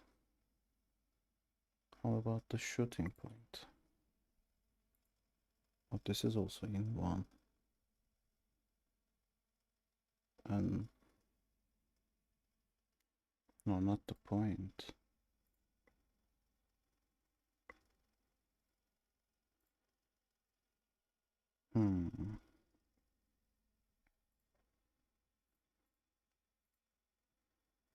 Okay. What could this be? Hardiness. Let's see. Let's go to the script of this player.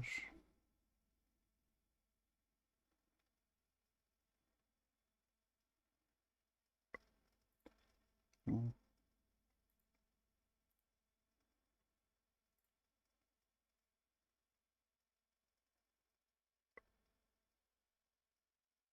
encoded object as ID, so we cannot see who is overlapping us, I guess.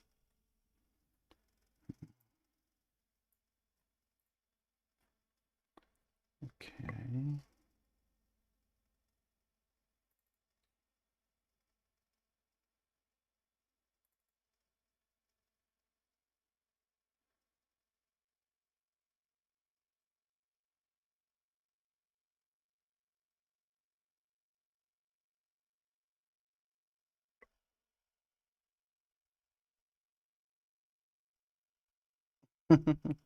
Yeah, sure.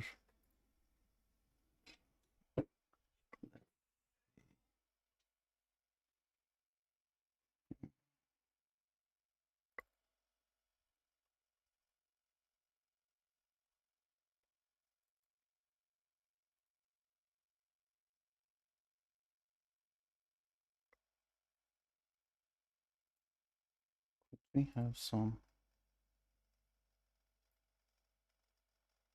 Okay, delta.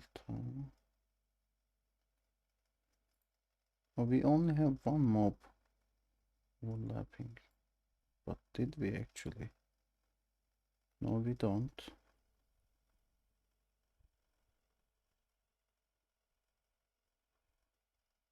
Yeah, like a boilerplate, right? The web developers use this a lot. Yeah, it would be very nice to have.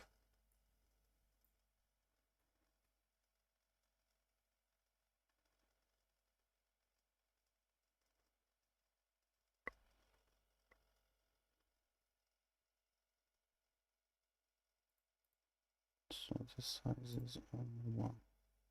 But how come it is 1?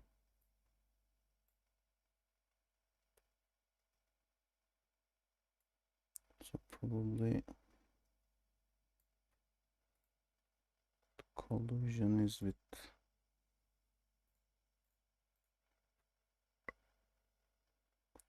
the gun's collision shape.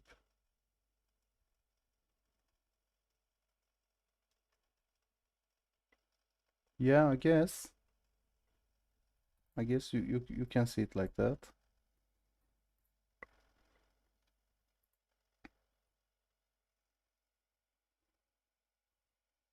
Hmm. Yeah, that's really weird.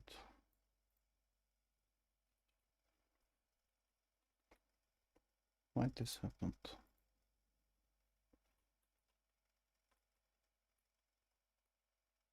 Uh-oh. Okay.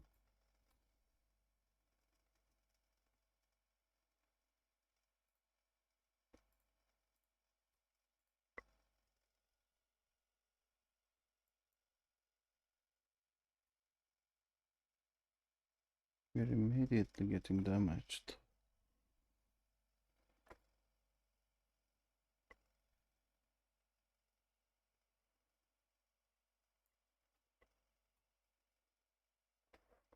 Can we see a trace or something?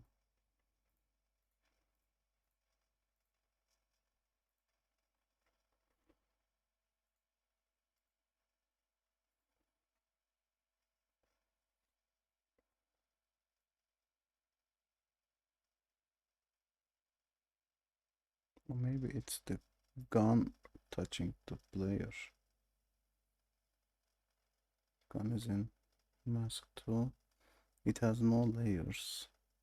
Maybe it should have a different layer.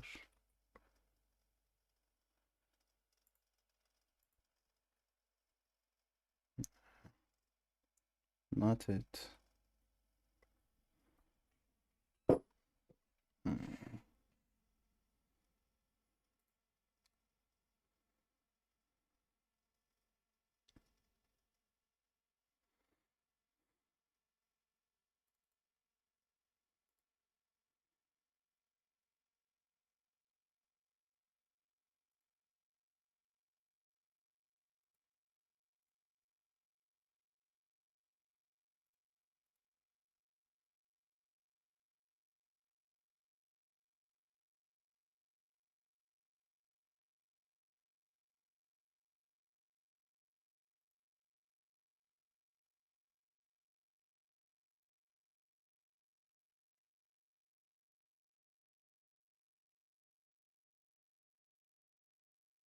Oh, is it the player itself?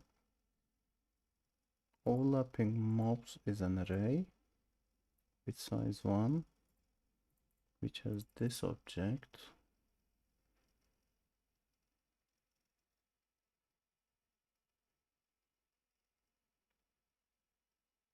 And what is this guy?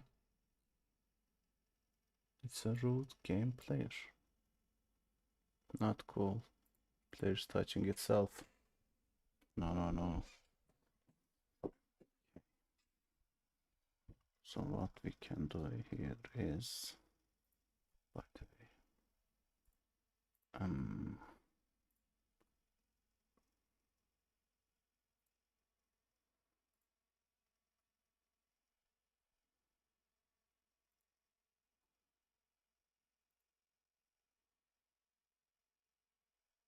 if I do it like this,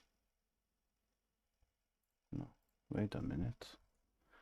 A mob is in level 1, layer 1, I'm sorry. It's in layer 1.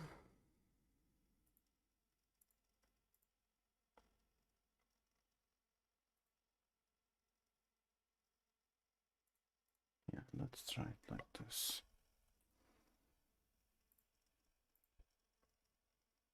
Yeah, layer was touching itself. Okay, cool. But I don't remember this step in tutorial. Effect. All right. Shortcut for breakpoints, you can press F9 to toggle them on and off. And that way you can check if any line of code gets executed. And you can see you get the same interface as when you have an error, which is the debugger. So you can use that to help you.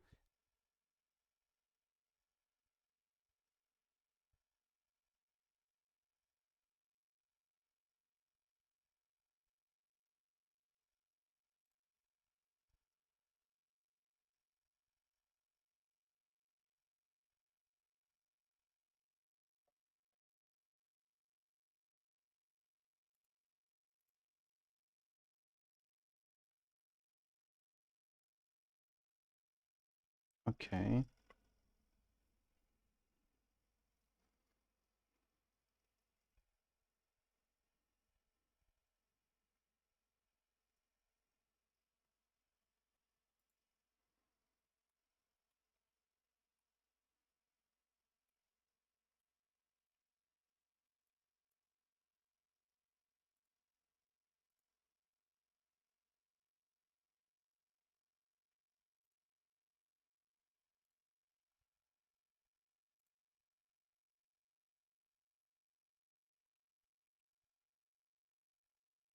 Wait a minute. All right.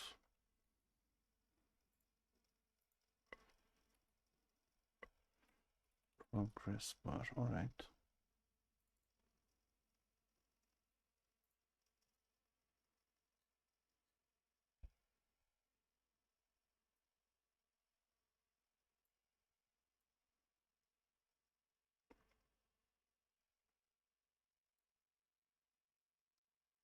Okay.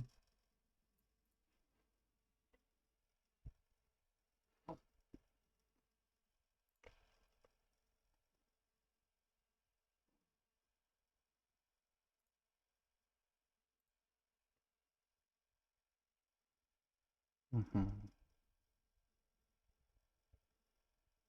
Mm-hmm.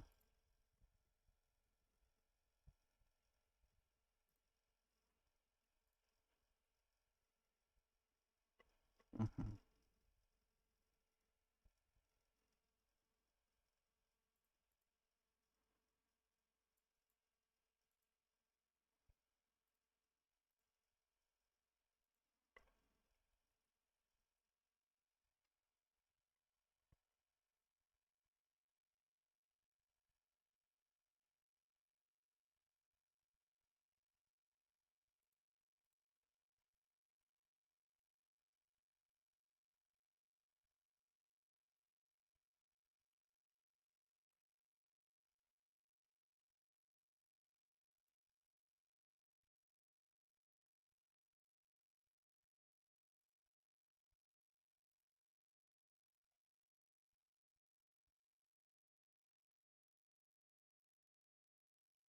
Mm-hmm.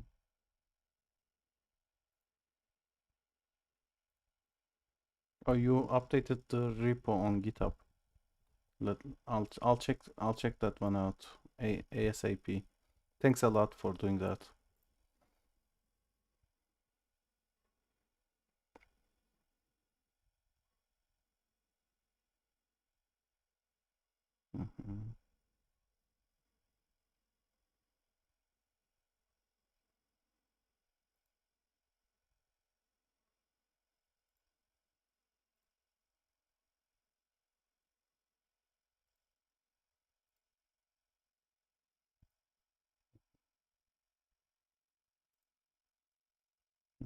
Okay.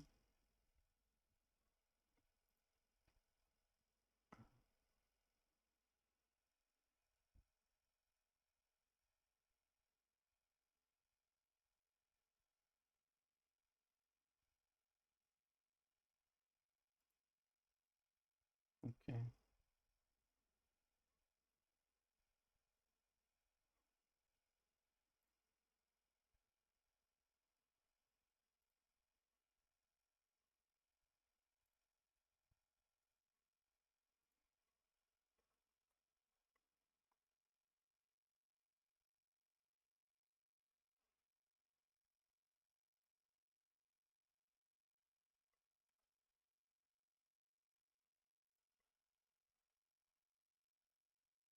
No, not that.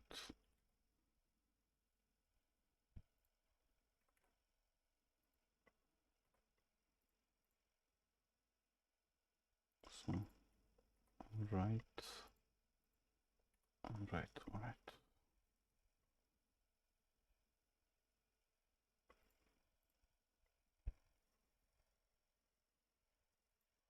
Okay, on the background. Alright, we'll also do that on background, so we can do this. Go to background. Flat.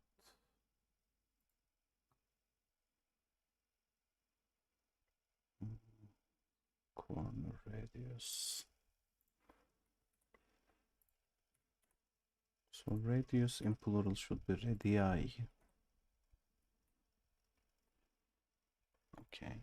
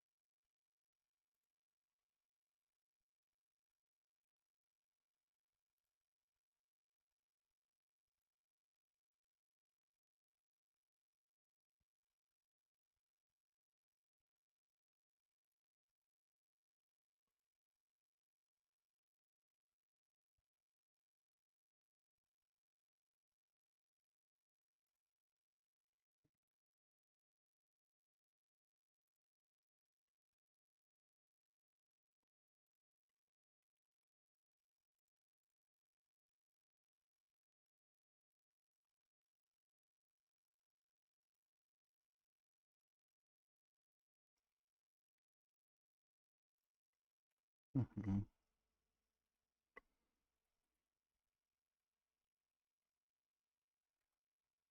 Okay.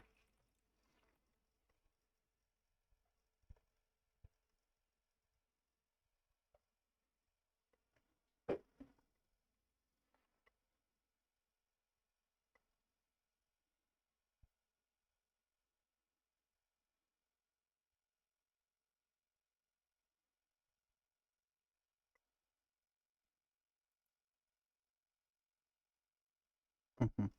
Yeah.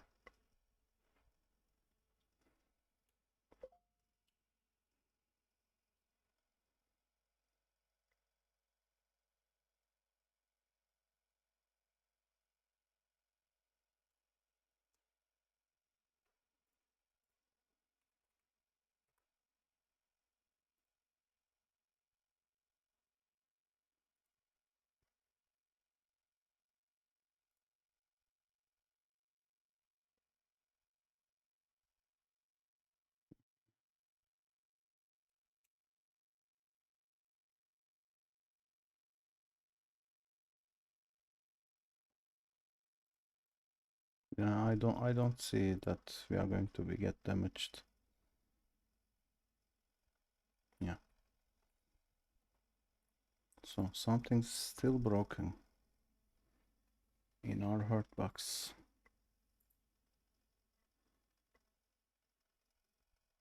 So now we cannot collide. So the collision shape in Hurtmax is masking 1 and a mob is 1. So there should be a collision.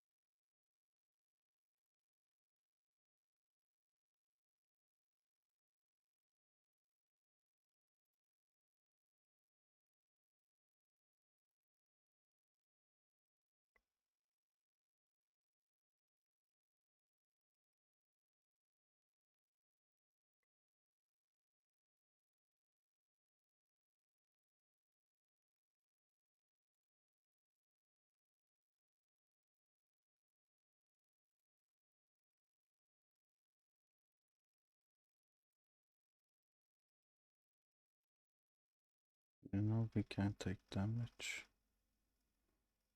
I also put these guys in layer 2 too. So we can point our gun to them and also take damage. Okay, we took a bit damage. Rush to get damage. Cool. Pew.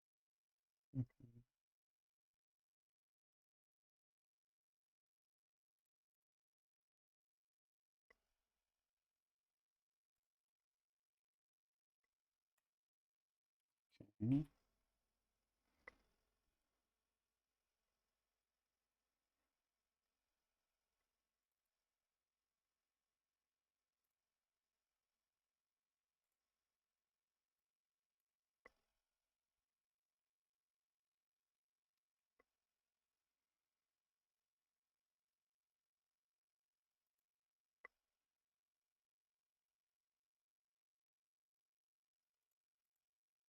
Wait a minute. Is this the part? What's this?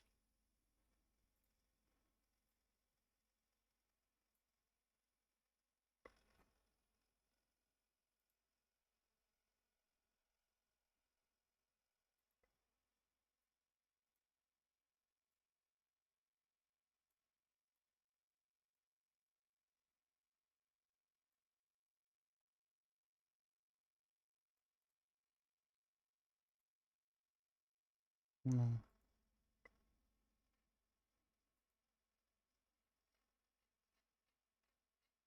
I don't see where this is. Okay.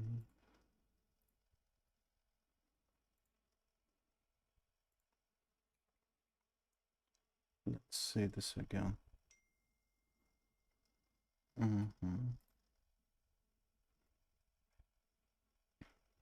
Sure.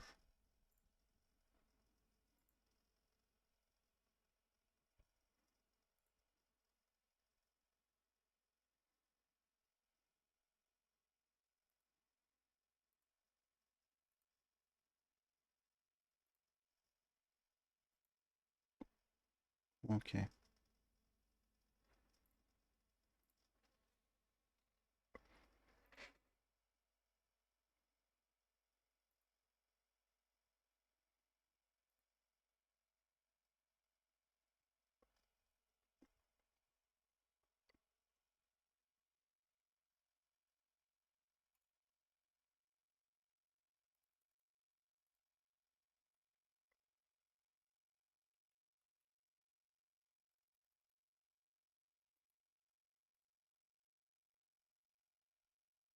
Okay.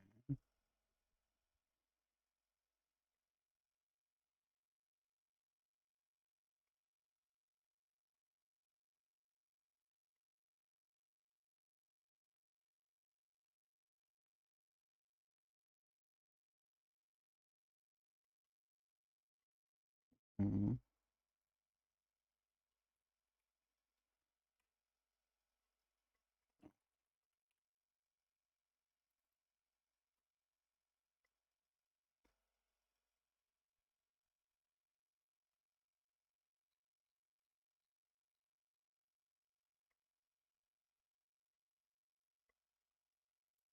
Mhm.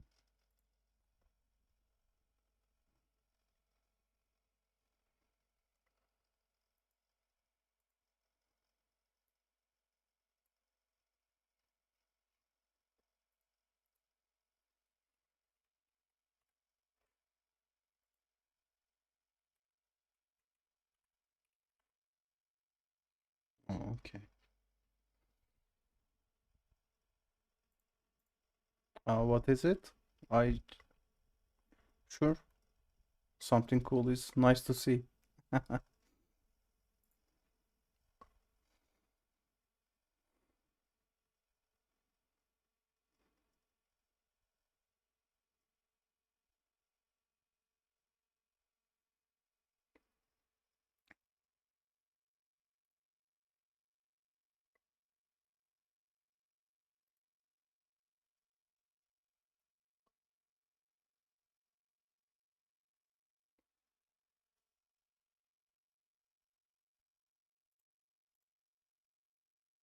Mhm.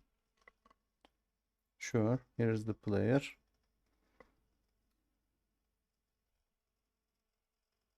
Export before the health. All right.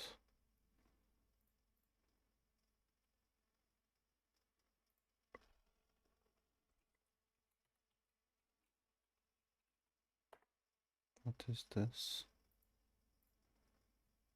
Mark the following properties as exported and save to disk.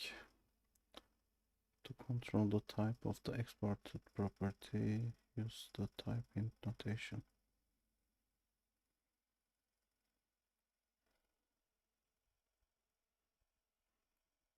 Oh,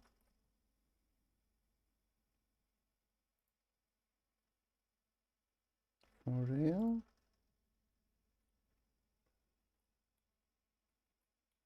Let me kill these guys. So where is it? On the same line as the variable, right?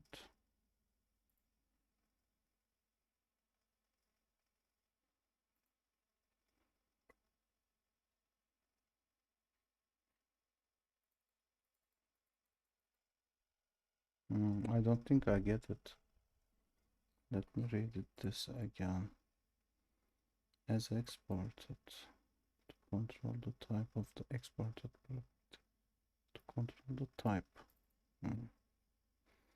Okay.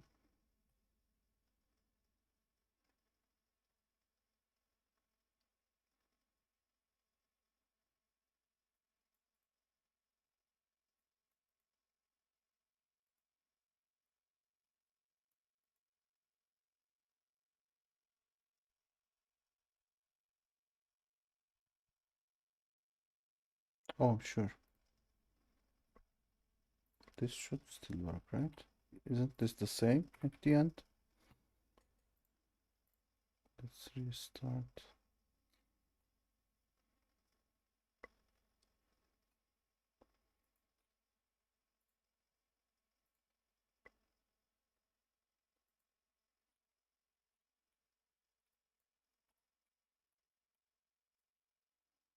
Let's put the game header. So I'm not sure what did this give to me. Godot export annotation.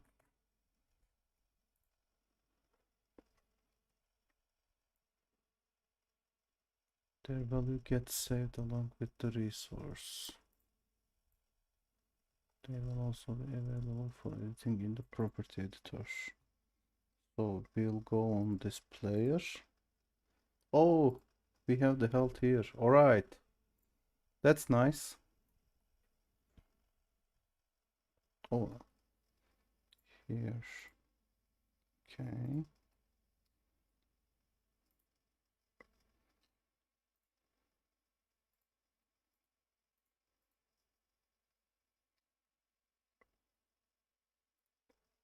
Yeah, I see the value here.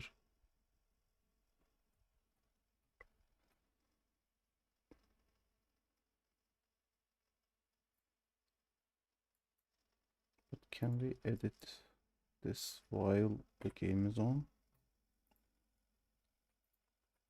Oh, we can. Cool. Really cool.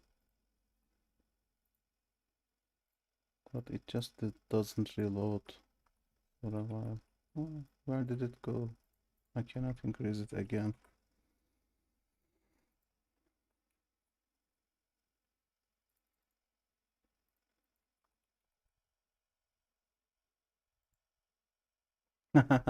Yeah, this is really good for testing. Yeah, thanks for pointing this out. All right, cool. It took me a while to see what it is, but still, thanks. Oh, wait a minute. What they are doing in the tutorial.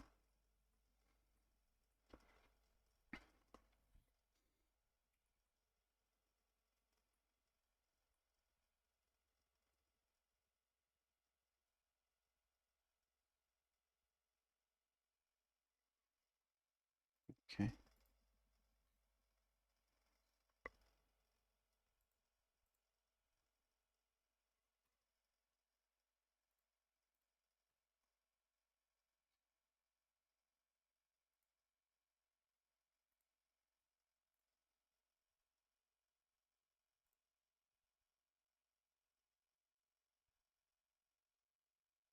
Yeah, what can I do to change it in game? I did it for once and it really got changed, but I don't know how, but in the second time it didn't work.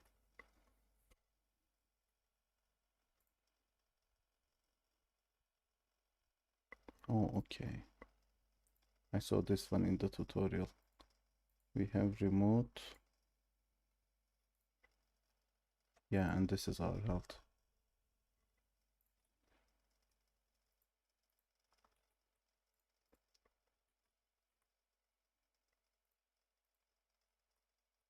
Wait a minute.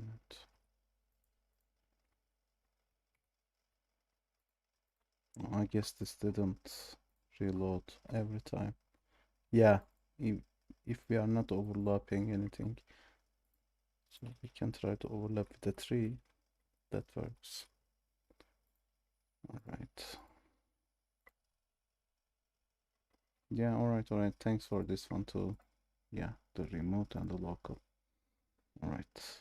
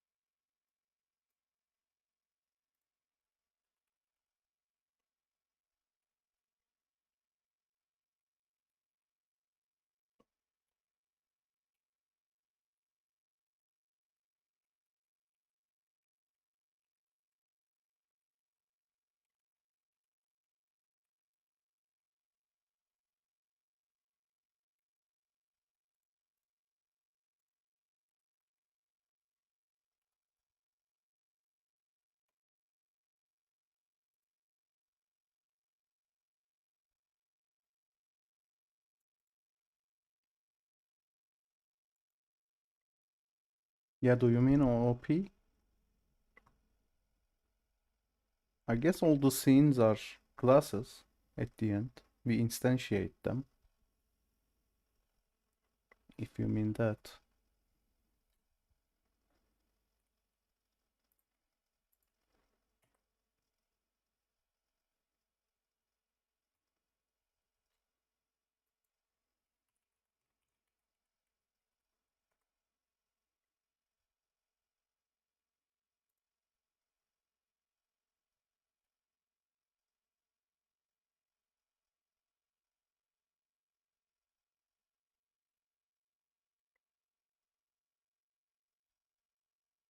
Yeah, Baka Art, welcome to stream, but can you please elaborate?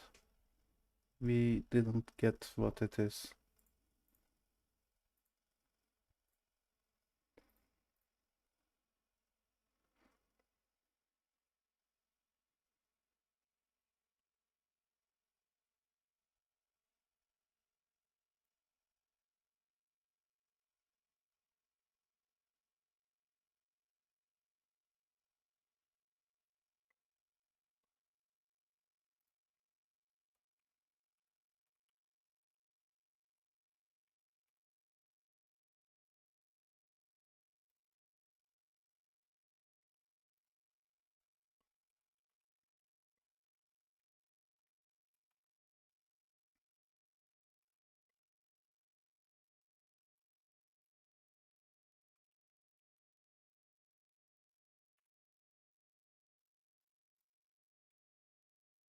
Okay.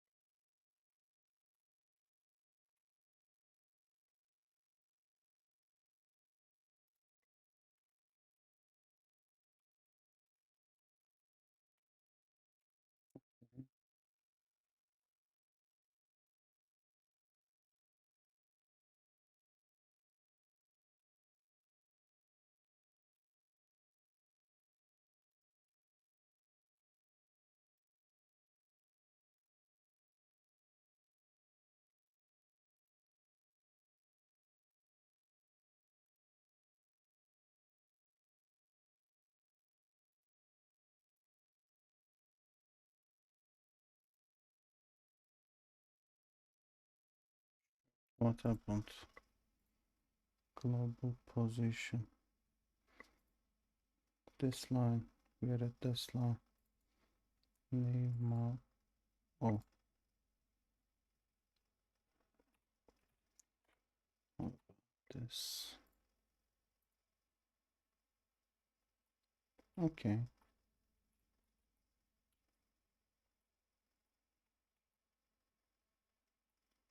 cool. Yeah, we get 5 mobs. Um, isn't it great that all the dogs in the engine too? Yeah, definitely. Reading docs is my favorite thing while programming. So Baka Art, I'm not sure there is support for object-oriented programming, but how nodes and uh, the scenes are structured, it's a bit like object-oriented programming, but it really is not.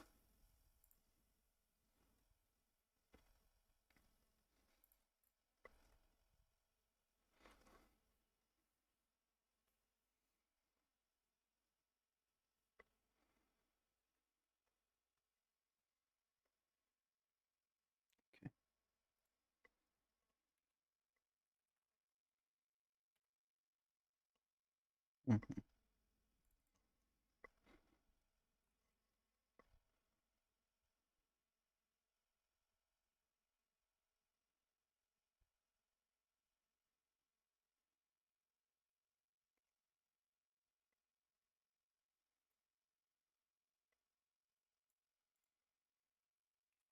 Okay.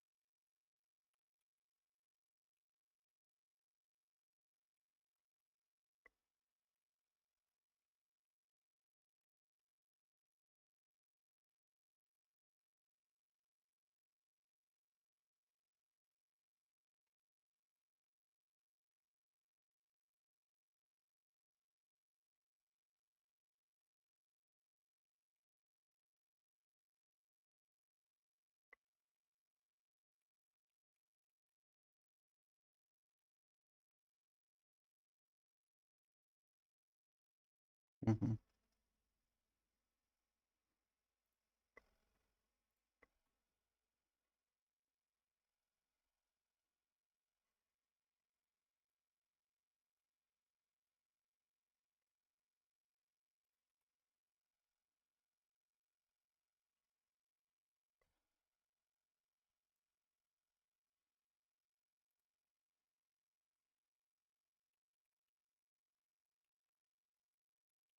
Ah.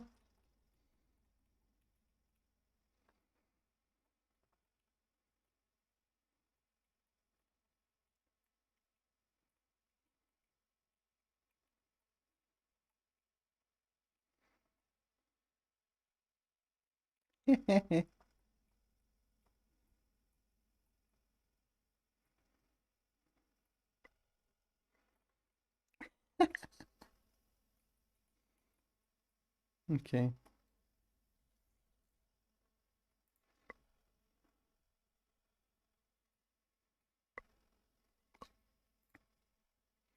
Mhm.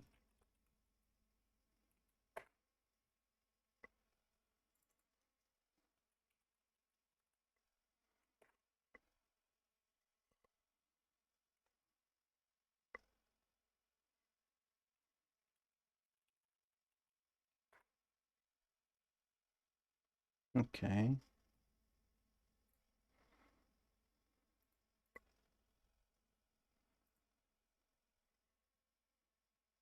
Okay, sure.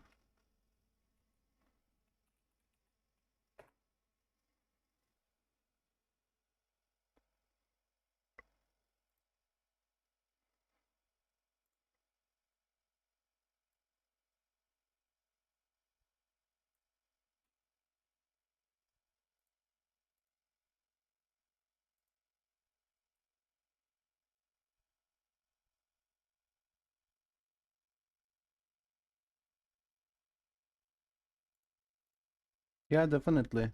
I'm just going to implement now the game over screen and the tutorial will be over.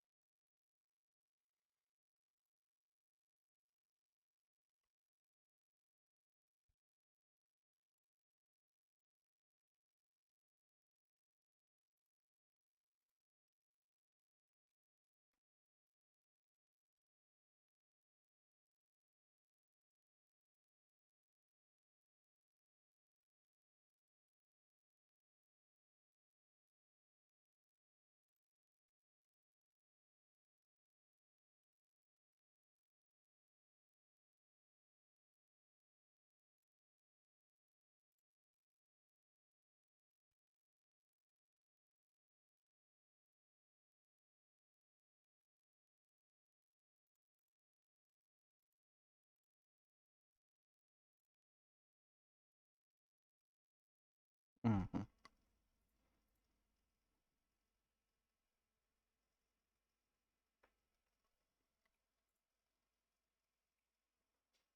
Okay.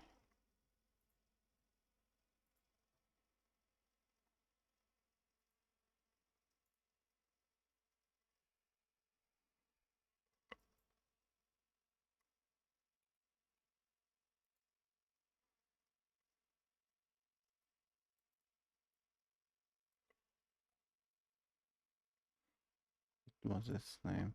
Game over.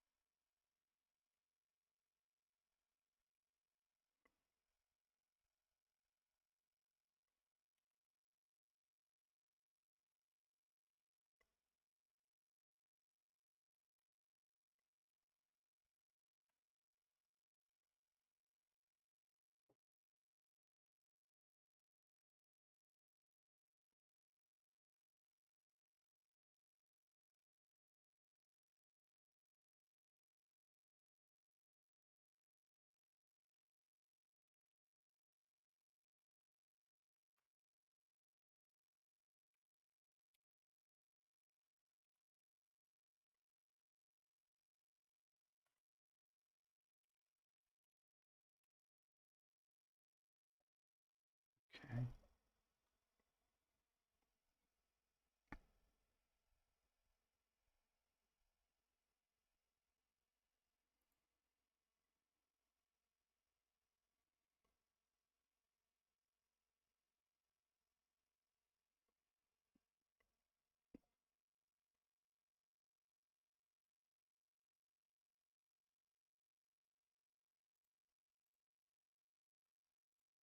Null instance, alright. Game over. Why I cannot reach it?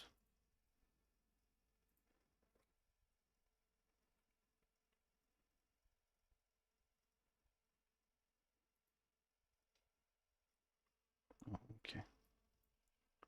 So this is not the place to.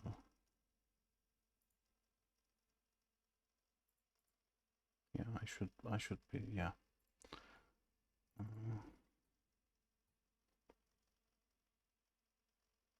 Okay.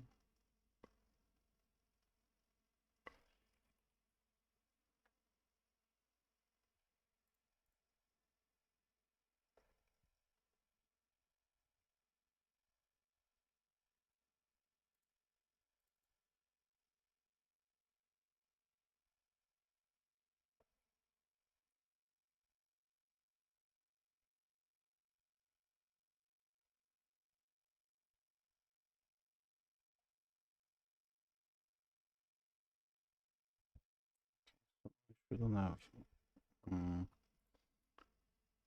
put this signal slot in player, but I should be doing it to the game itself. So how can we do that? Let's see. Yeah.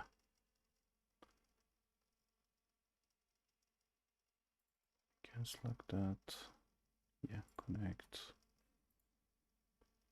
to this, to that.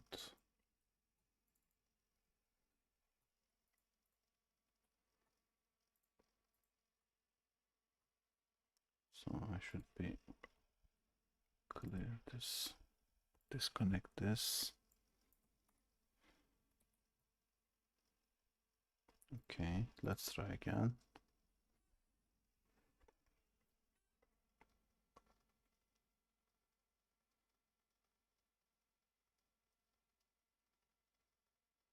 Cool. We did it. All right.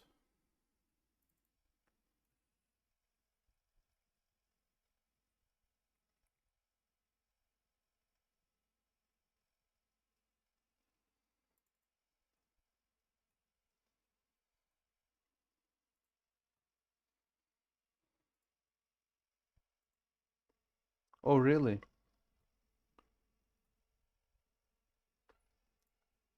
I can change the mic. All right.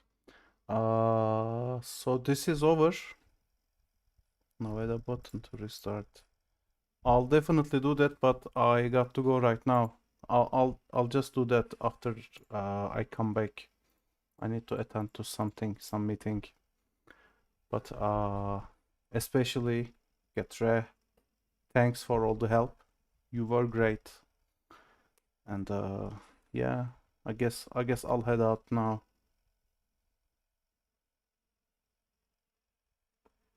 Bye bye.